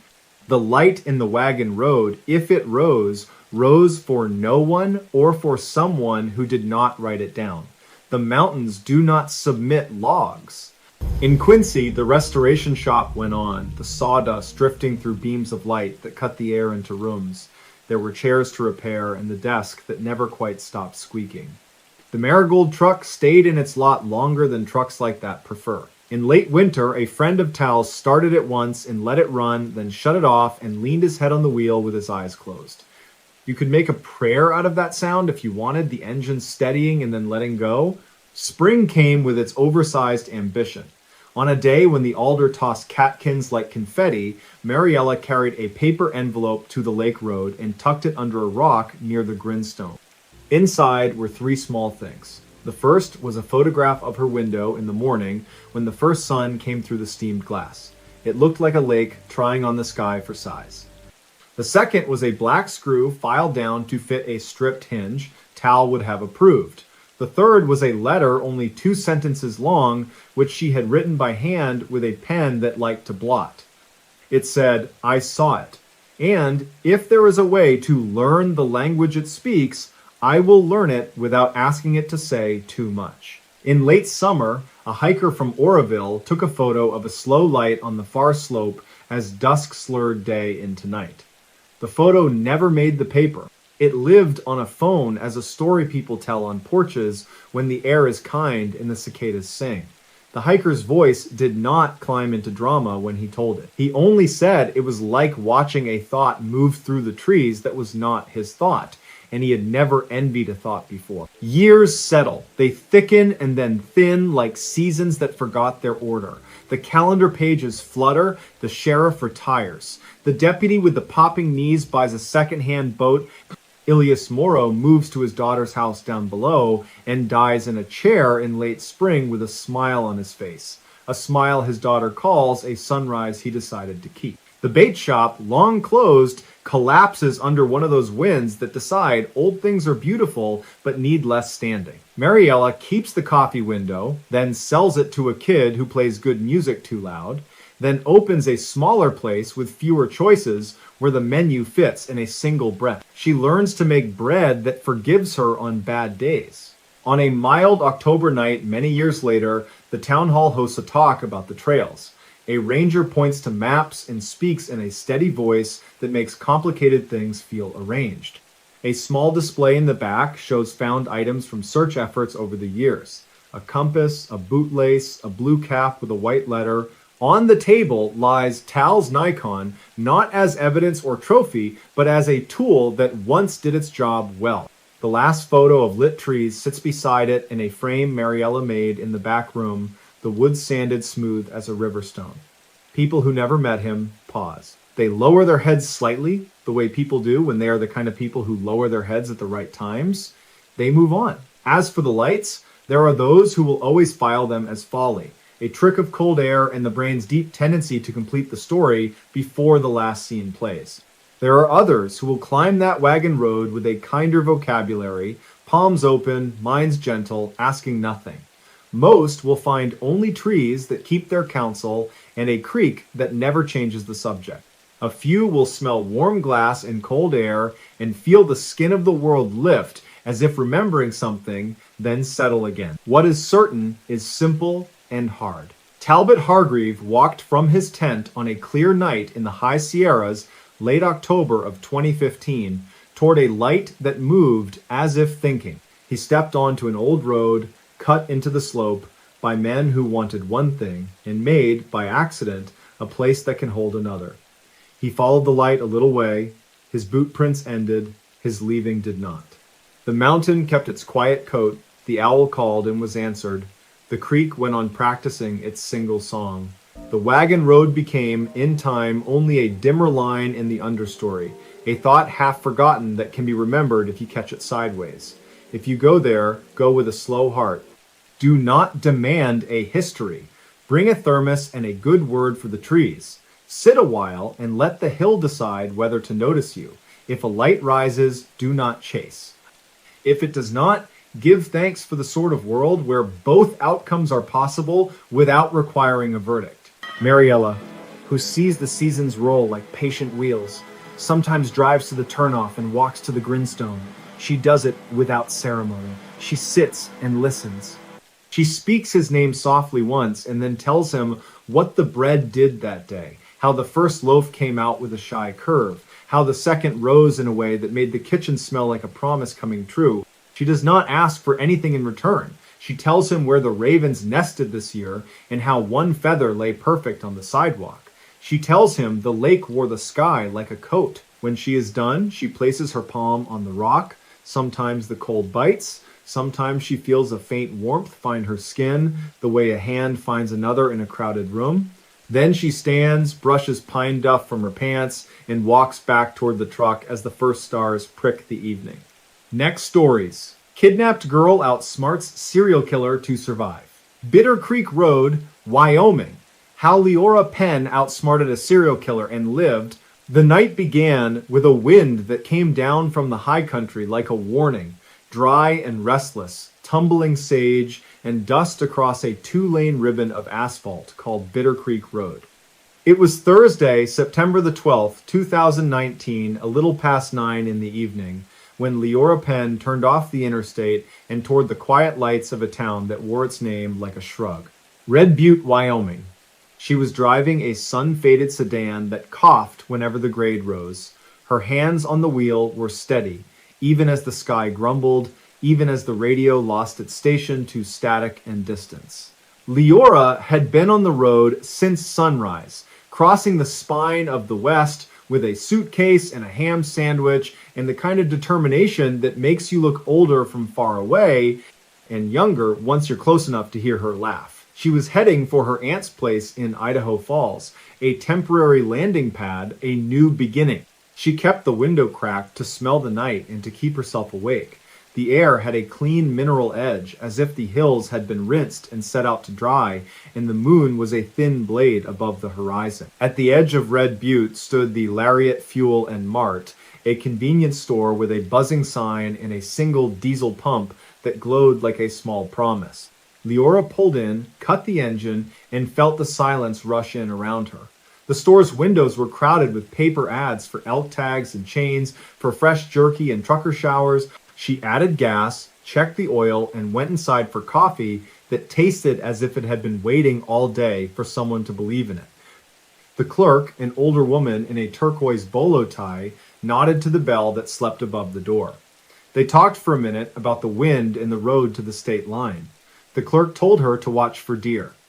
Leora smiled, folded a paper map into her pocket as a quiet insurance policy, and stepped back into the night. She did not see the man in the dark jacket until he was already near her car. He had the posture of someone who could lift an engine block without complaint. His truck was parked by the ice machine, white paint dulled by dust, a front bumper grated with shale scratches. When he spoke, his voice was low, polite, practiced. He said he was headed northwest as well. He said he was a good neighbor on a bad stretch of road. He said he had a set of tools if she needed a jump. Leora, wary but tired, waved him off with thanks, and he let the air between them settle, easy as a cat in a patch of sunlight. She started the car and pulled out, watching the mirror the way a person watches a mirror when they feel the thin thread of a story tug. The truck did not follow, not at first. She turned onto Bitter Creek again, the tires humming, the road carving a corridor between low hills and open range. She passed two mailboxes with flag arms raised like silent salutes. She passed a cattle guard that rang under the tires like a bell, and that was when she saw the shape behind her. Two headlights, low and wide. The truck kept its distance for a mile, then closed to the length of a field, then eased off again. Leora's heart did not race, it simply shifted gears, alert and deliberate. She tipped the mirror to kill the glare, kept her speed even, and fetched a thought from a memory of a safety lecture in health class. If you suspect you're being followed, do not go home. Go somewhere bright, somewhere public. Tonight, somewhere bright was out in the hills, with the stars boxed away behind the clouds. Public was the next town, which the map suggested was another long, dark half-hour ahead. The truck flashed its brights twice. Leora's first impulse was to check her trunk and doors, in her mind to imagine what could possibly be wrong. Then the truck sounded its horn, a short burst, not angry, not friendly. A helpful warning, she told herself, though nothing, absolutely nothing, felt helpful. She held her lane. The truck came alongside, nudging the line of the road like a horse sidling up to a fence. The man in the dark jacket leaned across his cab and pointed at her rear wheel. He mouthed the word that the wind stole, but she read it anyway. Smoke. Then another word that the wind did not need to steal. Fire. She did not smell smoke. Her car did not pull.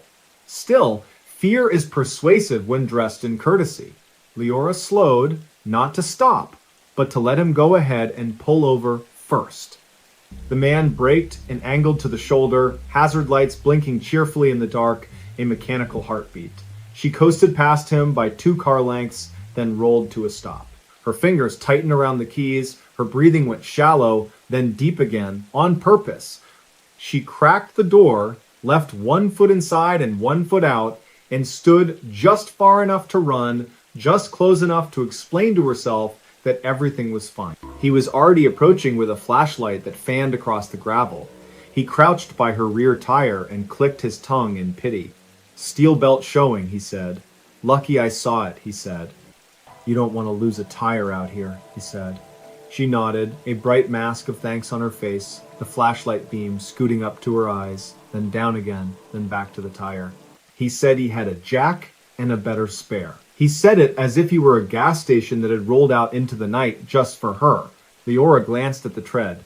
The tire looked old and tired, the way all her tires looked. She could not see steel. She could see how easily a story like his might tuck itself into the folds of the night. She could also see that she could not stand here forever. So she said thank you again, and then softly, gently, she said no. She would drive slow to the next town. He straightened, smile gently tightening, bright teeth pale in the beam. He said he had a daughter about her age. He said he would hate to think of her out here alone. He said, "At least let me set the jack, then you can take it from there." When the thing came, the small, practiced blow at the base of the skull, delivered with his flashlight as if he were stamping out a spark, it came like the tale of a story revealing the whole animal. The road lurched sideways. The night collapsed to a narrow tunnel, then to a pin, then to the sound of ropes sliding over something solid. Leora tasted copper and dust. Somewhere far away, a radio crackled to a country song about a river and a second chance. She woke in the passenger seat of his truck, with her wrists looped in cruciform, palms forward, paracord biting into the soft skin between thumb and forefinger. The truck's cab smelled of pine, cheap air freshener swinging from the rear view like a tiny tree in a silent forest. The man in the dark jacket had removed it from the mirror and placed it by the vent. The scent was no longer a disguise, it was a signature. He drove with both hands at 10 and 2, like a teacher. He capeballed the place Don Don. His jaw was still like a photograph. The dash held a police scanner and a short stack of folded maps, each annotated with lines and circles in a careful hand. Fear arrived to sit beside Leora, then realized there was no room in the cab. She slid her fingers in the cord, found the place where the knot tucked under itself, the way a snake hides its head. She did not pull, she did not fight, she took an inventory instead of him, of the truck, of everything he had chosen to show her, the brand of the paracord, the calluses that made his hands look like they wore thin gloves, the boots with a bar of red clay crusted above the heel, the scar under his ear like a crooked quotation mark, the label on the thermos by his thigh flaked to letters that suggested an older life in the oil fields. The scanner held on a frequency that burbled now and then with the clipped calm of dispatch. He said his name was Harlan. He said it the way a person names a dog at the shelter, testing how the syllables feel on the tongue. Harlan, who had lived his whole life under the same sky, who knew these roads as if he had stitched them.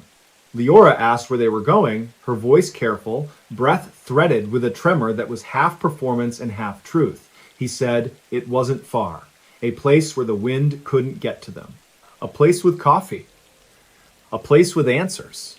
She looked through the windshield at the great black lake of the night, at the wind pushing low and hard, at the curve of the earth revealed by the sweep of his high beams. She said she had asthma, soft as a confession, and could he crack a window? He nodded, generous, and the window came down 1.5 inches, enough to cut the scent of pine, enough to let the air in, enough to think. Harlan kept the scanner low, but he kept it on. A habit, an affliction. She listened as if the radio were a world where her name might be spoken. It was full of other names instead, mile markers and county roads, the voice of a deputy in Sweetwater County reporting a stray cow, the cough of a dispatcher making a note of a broken stoplight in town.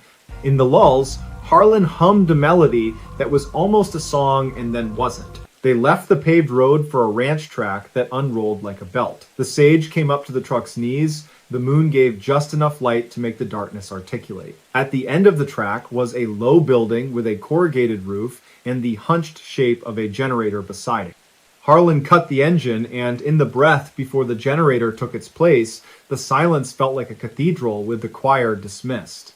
He came around to her door, unlocked it with a key from his pocket, and reached for her. His hand at her elbow was almost gentle. Inside, the place was neither a house nor a barn. It was a workshop that had lost track of its purpose, a room with a concrete floor and a table scarred by heat and blade. There was a shelf of chemicals, labeled and orderly, next to an old radio that might once have belonged to a high school gym. There was a tripod with a camera mount, but no camera. There was a row of nails where someone had hung lengths of rope like trophies. The air was cold enough to chip a breath into pieces. The smell of the place was old grease and cutting oil and something sweeter, the ghost of cedar shavings long since swept away. Harlan sat her in a chair with a back to it, because people can endure more if there's a back to it. He tied her ankles. He tied her wrists again. With the care of a man who knows knots, each hitch a remark. He did not wear gloves. He did not need to. His hands looked like they'd outlived softer things.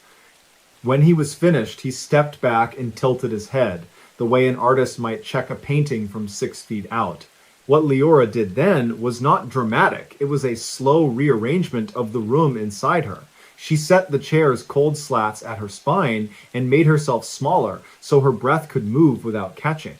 She let her eyes wander, not to find a weapon, but to find a story that might hold him long enough for the door of the night to open again. She studied his rituals, the way he wiped the blade he had not yet used, the way he centered the coffee tin on the table, the way he aligned the coil of rope like a sleeping snake. Rituals were strengths. Rituals were weaknesses too. She said his name again, softer this time. Harlan. He took the seat opposite her and found the precise center of the radio's dial, an old habit of an older machine. He talked then, not a flood, but a steady stream about work, about weather, about things that make a life sound ordinary from the outside. He said he hauled for drilling outfits in the southern state and sometimes for a mine north of Kemmerer.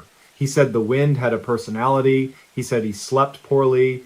He asked where she was from, and when she said Ohio, the flat part, the part with corn and early mornings, his mouth twitched with something that was not a smile. It was curiosity, or the idea of curiosity. She fed him small truths, then smaller lies. She told him she was a competent mechanic, in the way that a person can be competent at cooking without calling herself a chef. She told him the jack points on her car were rusted through. He nodded and filed the data as if it mattered, which it did not, which she wanted him to believe it did. She told him she liked mint gum and coffee with too much cream. He poured her a cup with a flourish of normalcy as if the room had been built for hospitality. When he turned away to fetch the cream from a tiny refrigerator, she found the chip in the chair's arm, a crescent of missing wood where someone else's fingernails had dug. She pressed her wrist against the chip until it bit the cord. She would not be able to saw through paracord with a splinter, but she could fray it, she could teach it to fail later when it mattered. She worked there, slow, patient, as if scratching an itch, the same motion, the same measured scratch of fiber against edge. Harlan returned with the cream, watching her face. She kept her eyes on the cup. She took a sip that burned her tongue and held on to the burn. It made her breath sound the way fear already made it sound.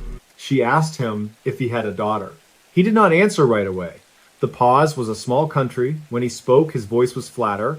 He said he used to have a sister. He said she ran off when he was young. He said there were people you could not help. He did not look at her hands. He did not need to. He believed the ropes were perfect because he had made them. There are times when survival looks like flattery and feels like surrender, though it is neither. Leora let a certain softness into her voice, a certain tremble into her hands that might have been cold, might have been fear, might have been both, and was also strategy. She asked about the camera mount. He said it was for measuring. Measuring what? Just measuring. She let the subject slide. She asked about the maps in his truck. He said he liked to know where he was going. He said it as a man who never asked directions says it, derisive toward the world that thinks it can hide. She told him a story about her father teaching her to navigate by landmarks. That line of cottonwoods means a creek. A line of cottonwoods in a dry country means more than water. It means a way out. She told him how her father would tap the dashboard once, lightly, when the road changed. Harlan's expression shifted something complicated, like a shadow moving behind a shade. Then he told her about a place at the end of the county where the cliffs made a horseshoe and the echoes returned what you said in a different voice. He called it the bowl. When he said it, he gave her the gift of a capital letter. The bowl.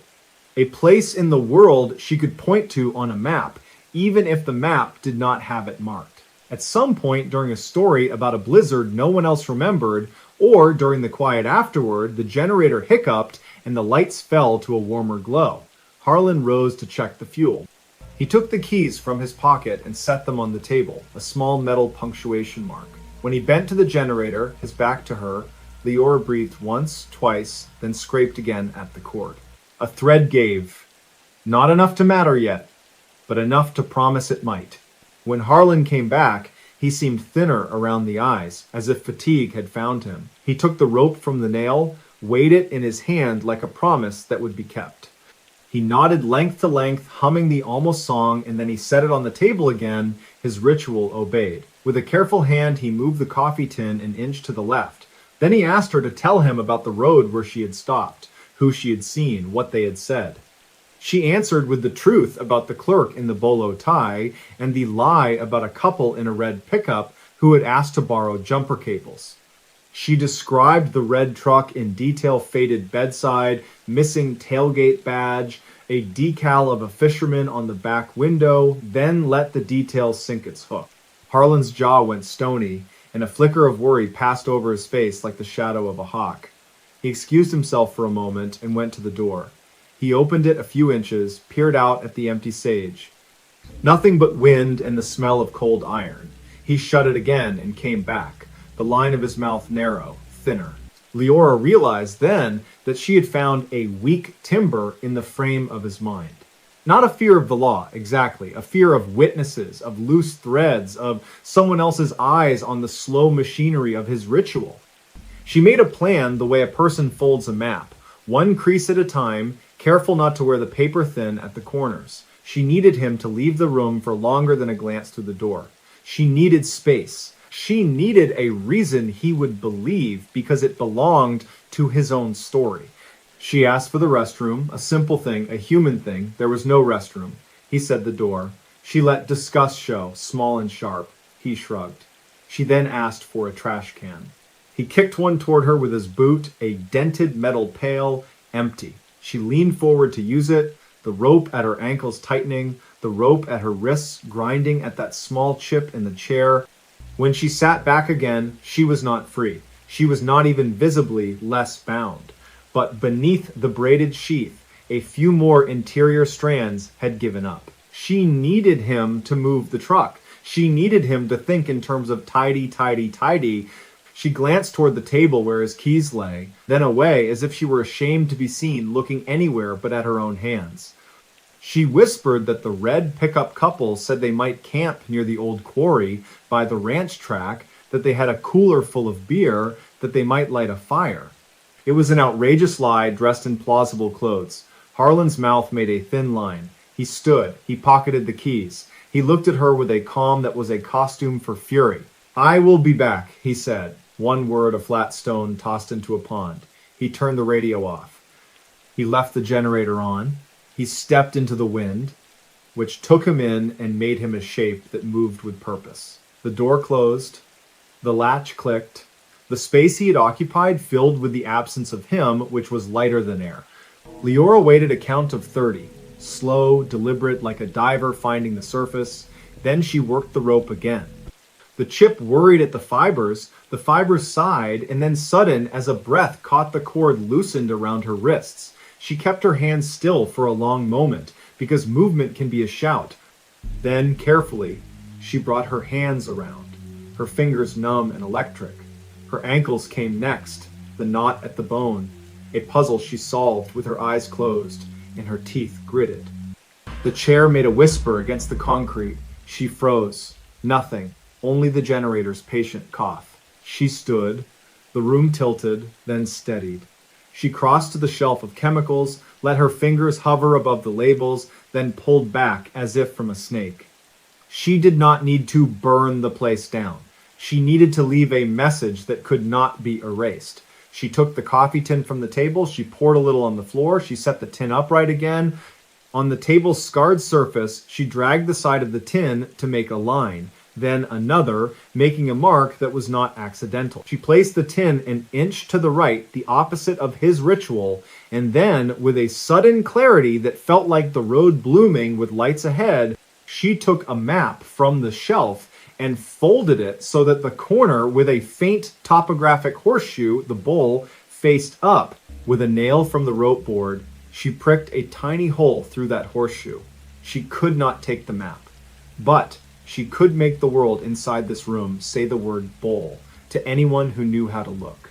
She needed evidence that would still be here in the morning, even if he returned in a different mood. She found a scrap of masking tape, wrote Lariat Fuel and Mart on it with a pencil that had been sharpened to a stub, and stuck the tape under the table's lip where a careless hand would find it later. She took a single thread from his coil of paracord and wrapped it around the button of her jacket so that when someone looked, they would see the shade, the weave, the peculiar cheap sheen of the exact rope he had used. She opened the door a hair and listened. The wind dragged its heels across the gravel. Far away, a coyote made a comment on the night. She stepped out into the cold, careful to keep to the truck's shadow until the sage took her. She moved fast but not wild, remembering every ranch she had ever seen, remembering every story her Ohio father had told about getting lost and getting found. She did not run in a straight line.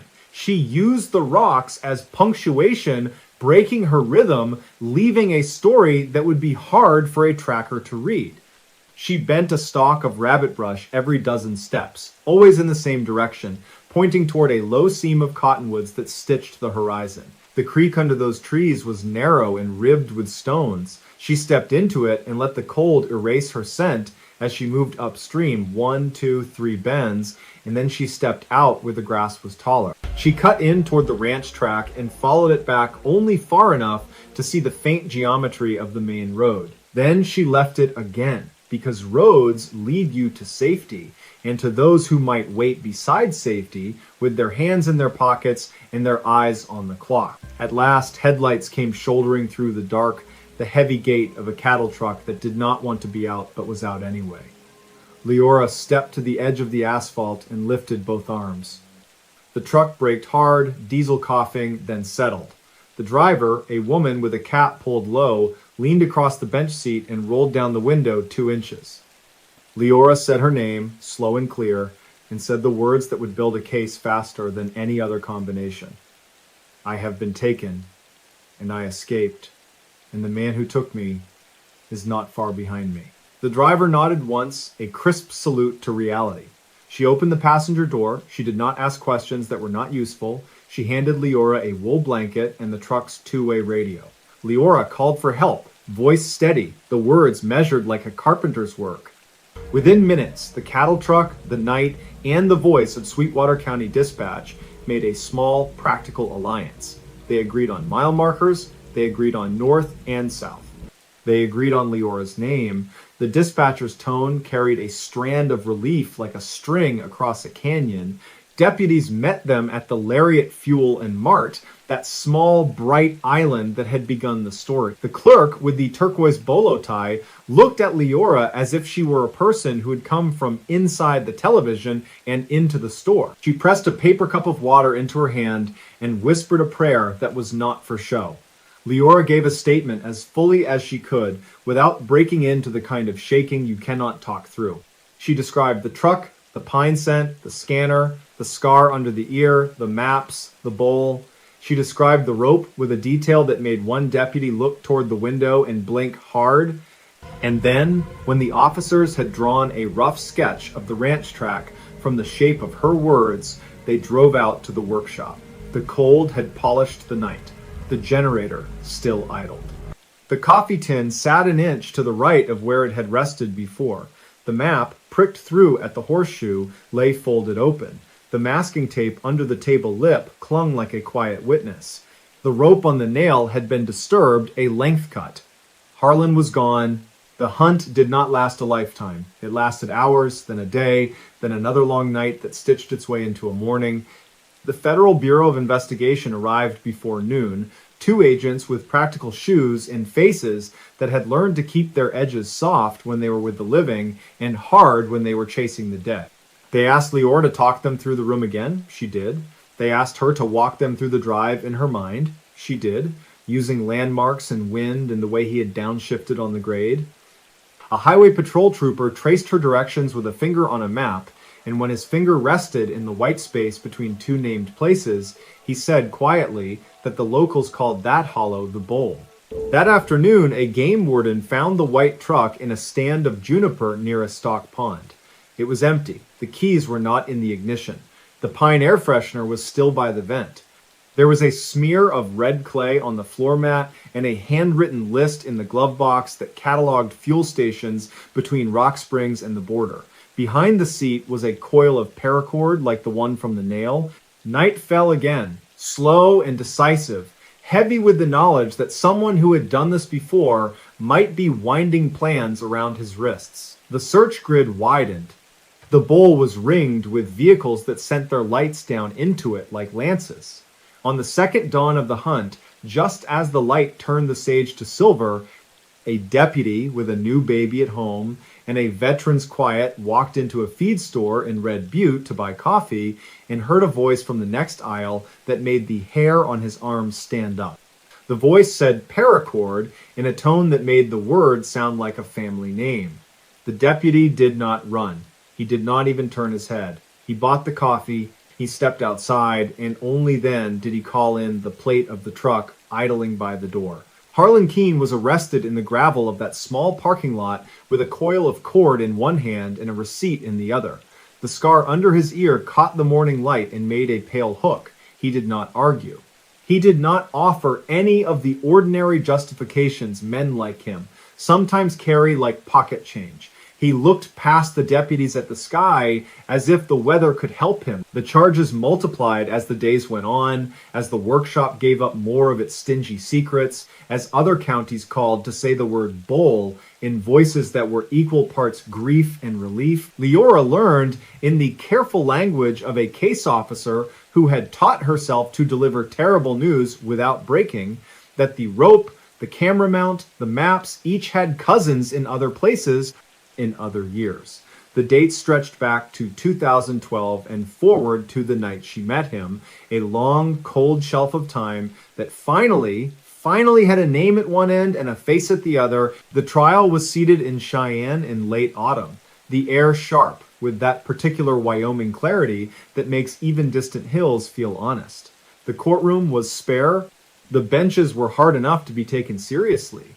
Leora took the stand on a Tuesday just after lunch when the room was heavy with quiet. She told the story like a carpenter building a table, planed, measured each joint square. She did not embellish. She did not need to.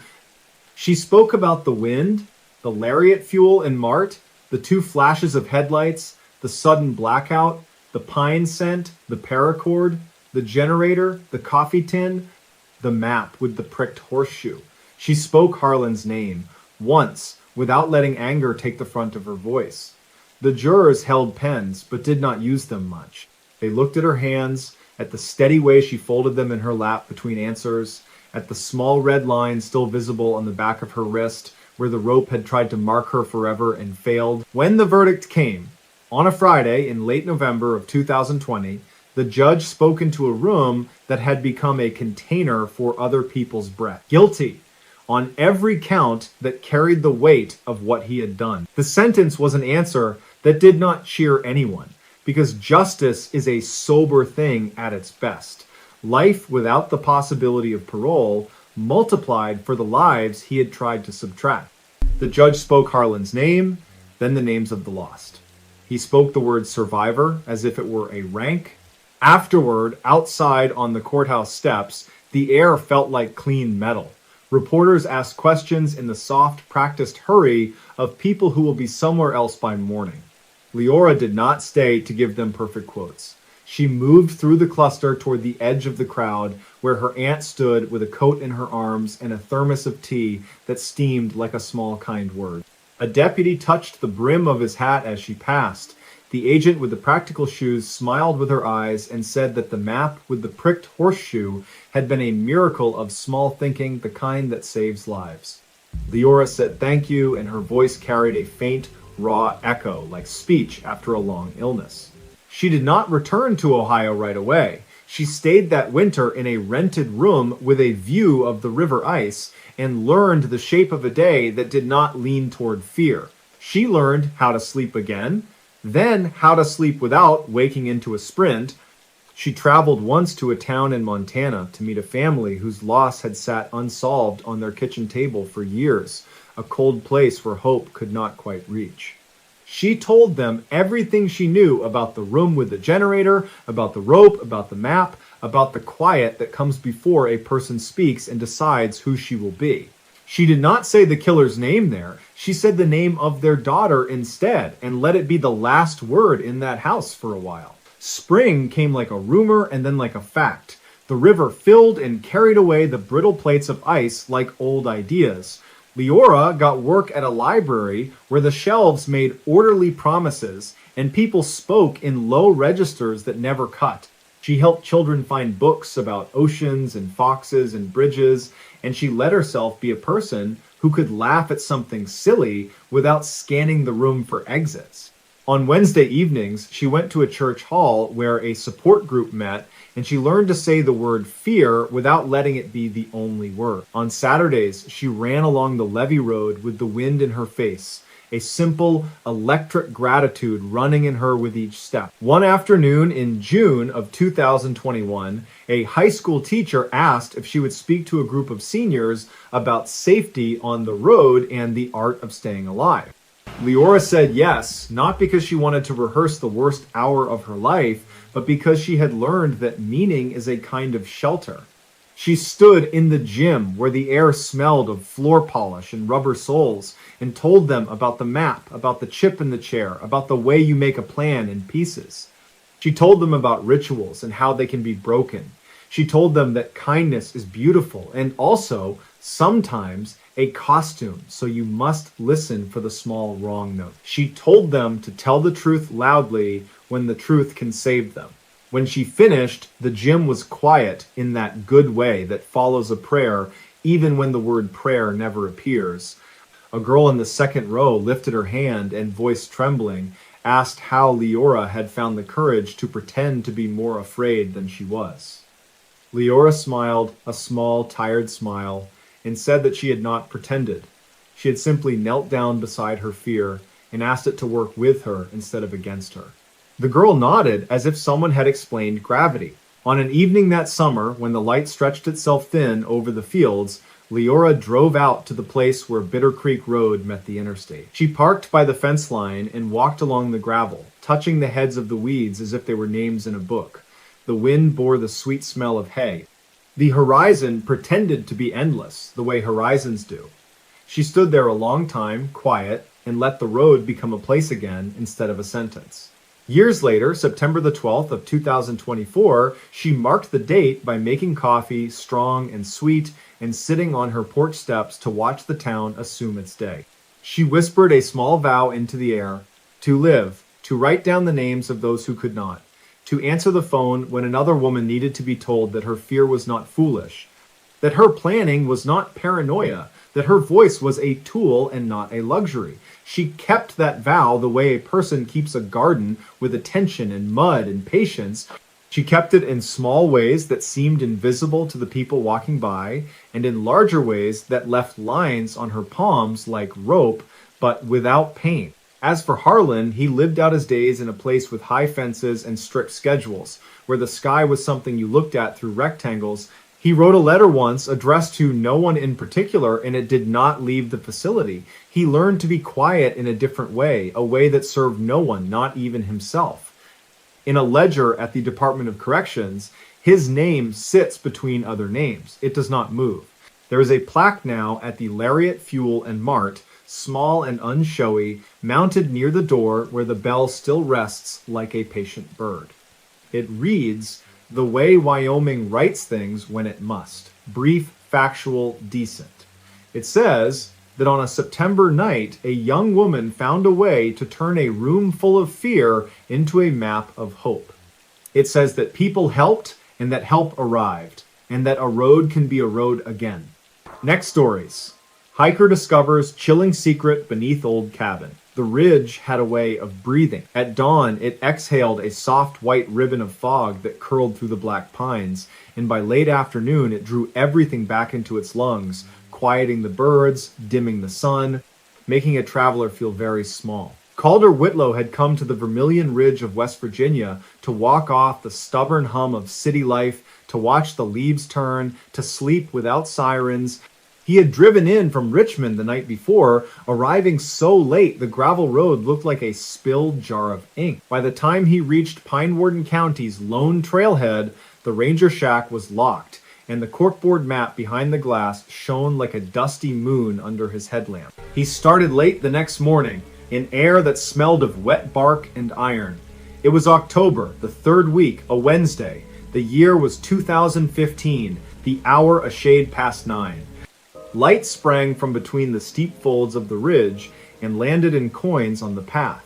Calder's boots pressed those coins into a damp print, steady, unhurried.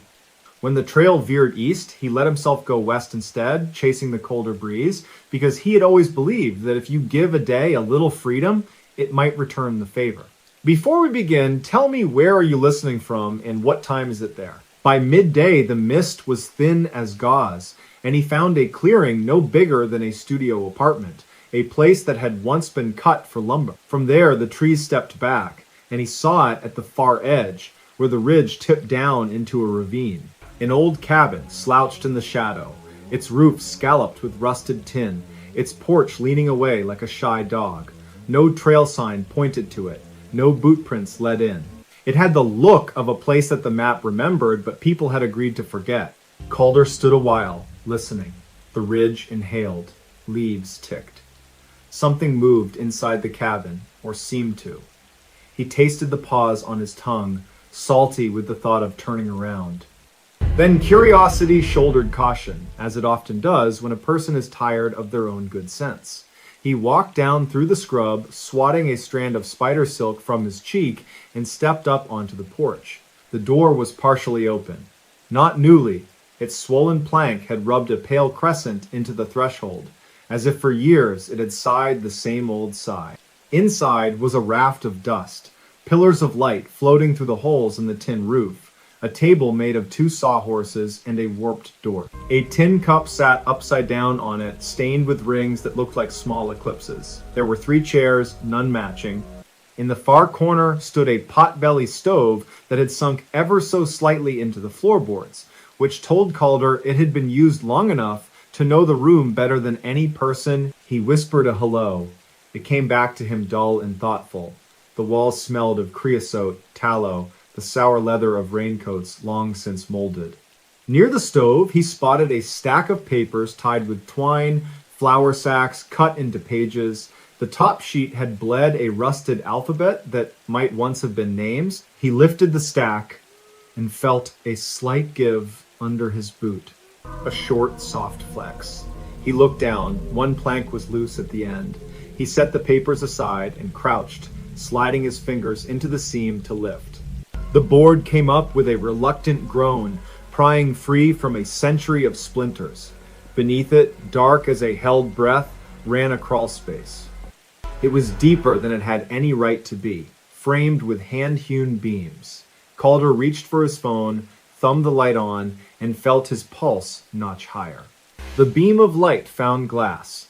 Bottles arranged in tidy rows, each wrapped in cloth, each sealed with wax, like a good secret.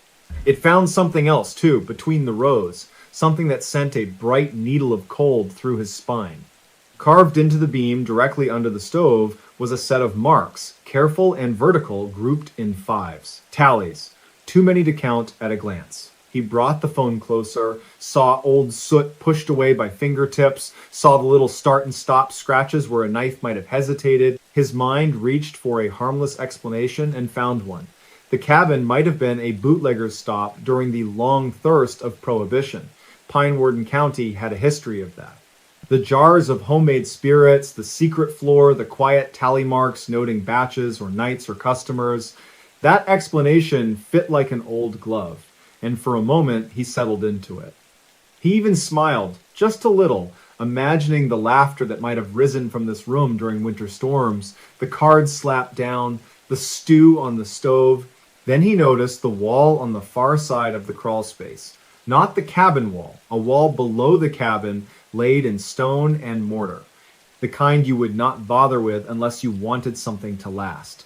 It angled inward, forming a short passage or shaft. His phone light drank it in. The air rising from it was colder than the room by a stubborn degree, and it brought with it a smell that was not from any winter stew. It was a riverbed smell, a limestone bruise, and threaded through it was a faint metallic note like a nicked finger. He should have left. Every part of him knew it. Yet he had already taken the lid off the day. He eased his shoulders through the square on the floor and dropped onto his knees below, the dust taking the weight with a complaining puff. He kept one hand on the loose board so he could pull it back over him if he changed his mind. The bottles did not rattle, the house did not mind. He crawled forward. The shaft was only a few feet long, and at the end he found a door no taller than his chest and barely wide enough for a person. It had no knob. Instead, there was a ring set into the center, black with age, cold as if it had never once been warmed by daylight. He placed his fingers through the ring and pulled. The door was not heavy. It moved as if it had been waiting to be moved. The smell walked out and around him, and his light went beyond it and found a small room that had been hewn straight into the rock. Along its walls were more shelves, more jars, but these were not filled with liquor.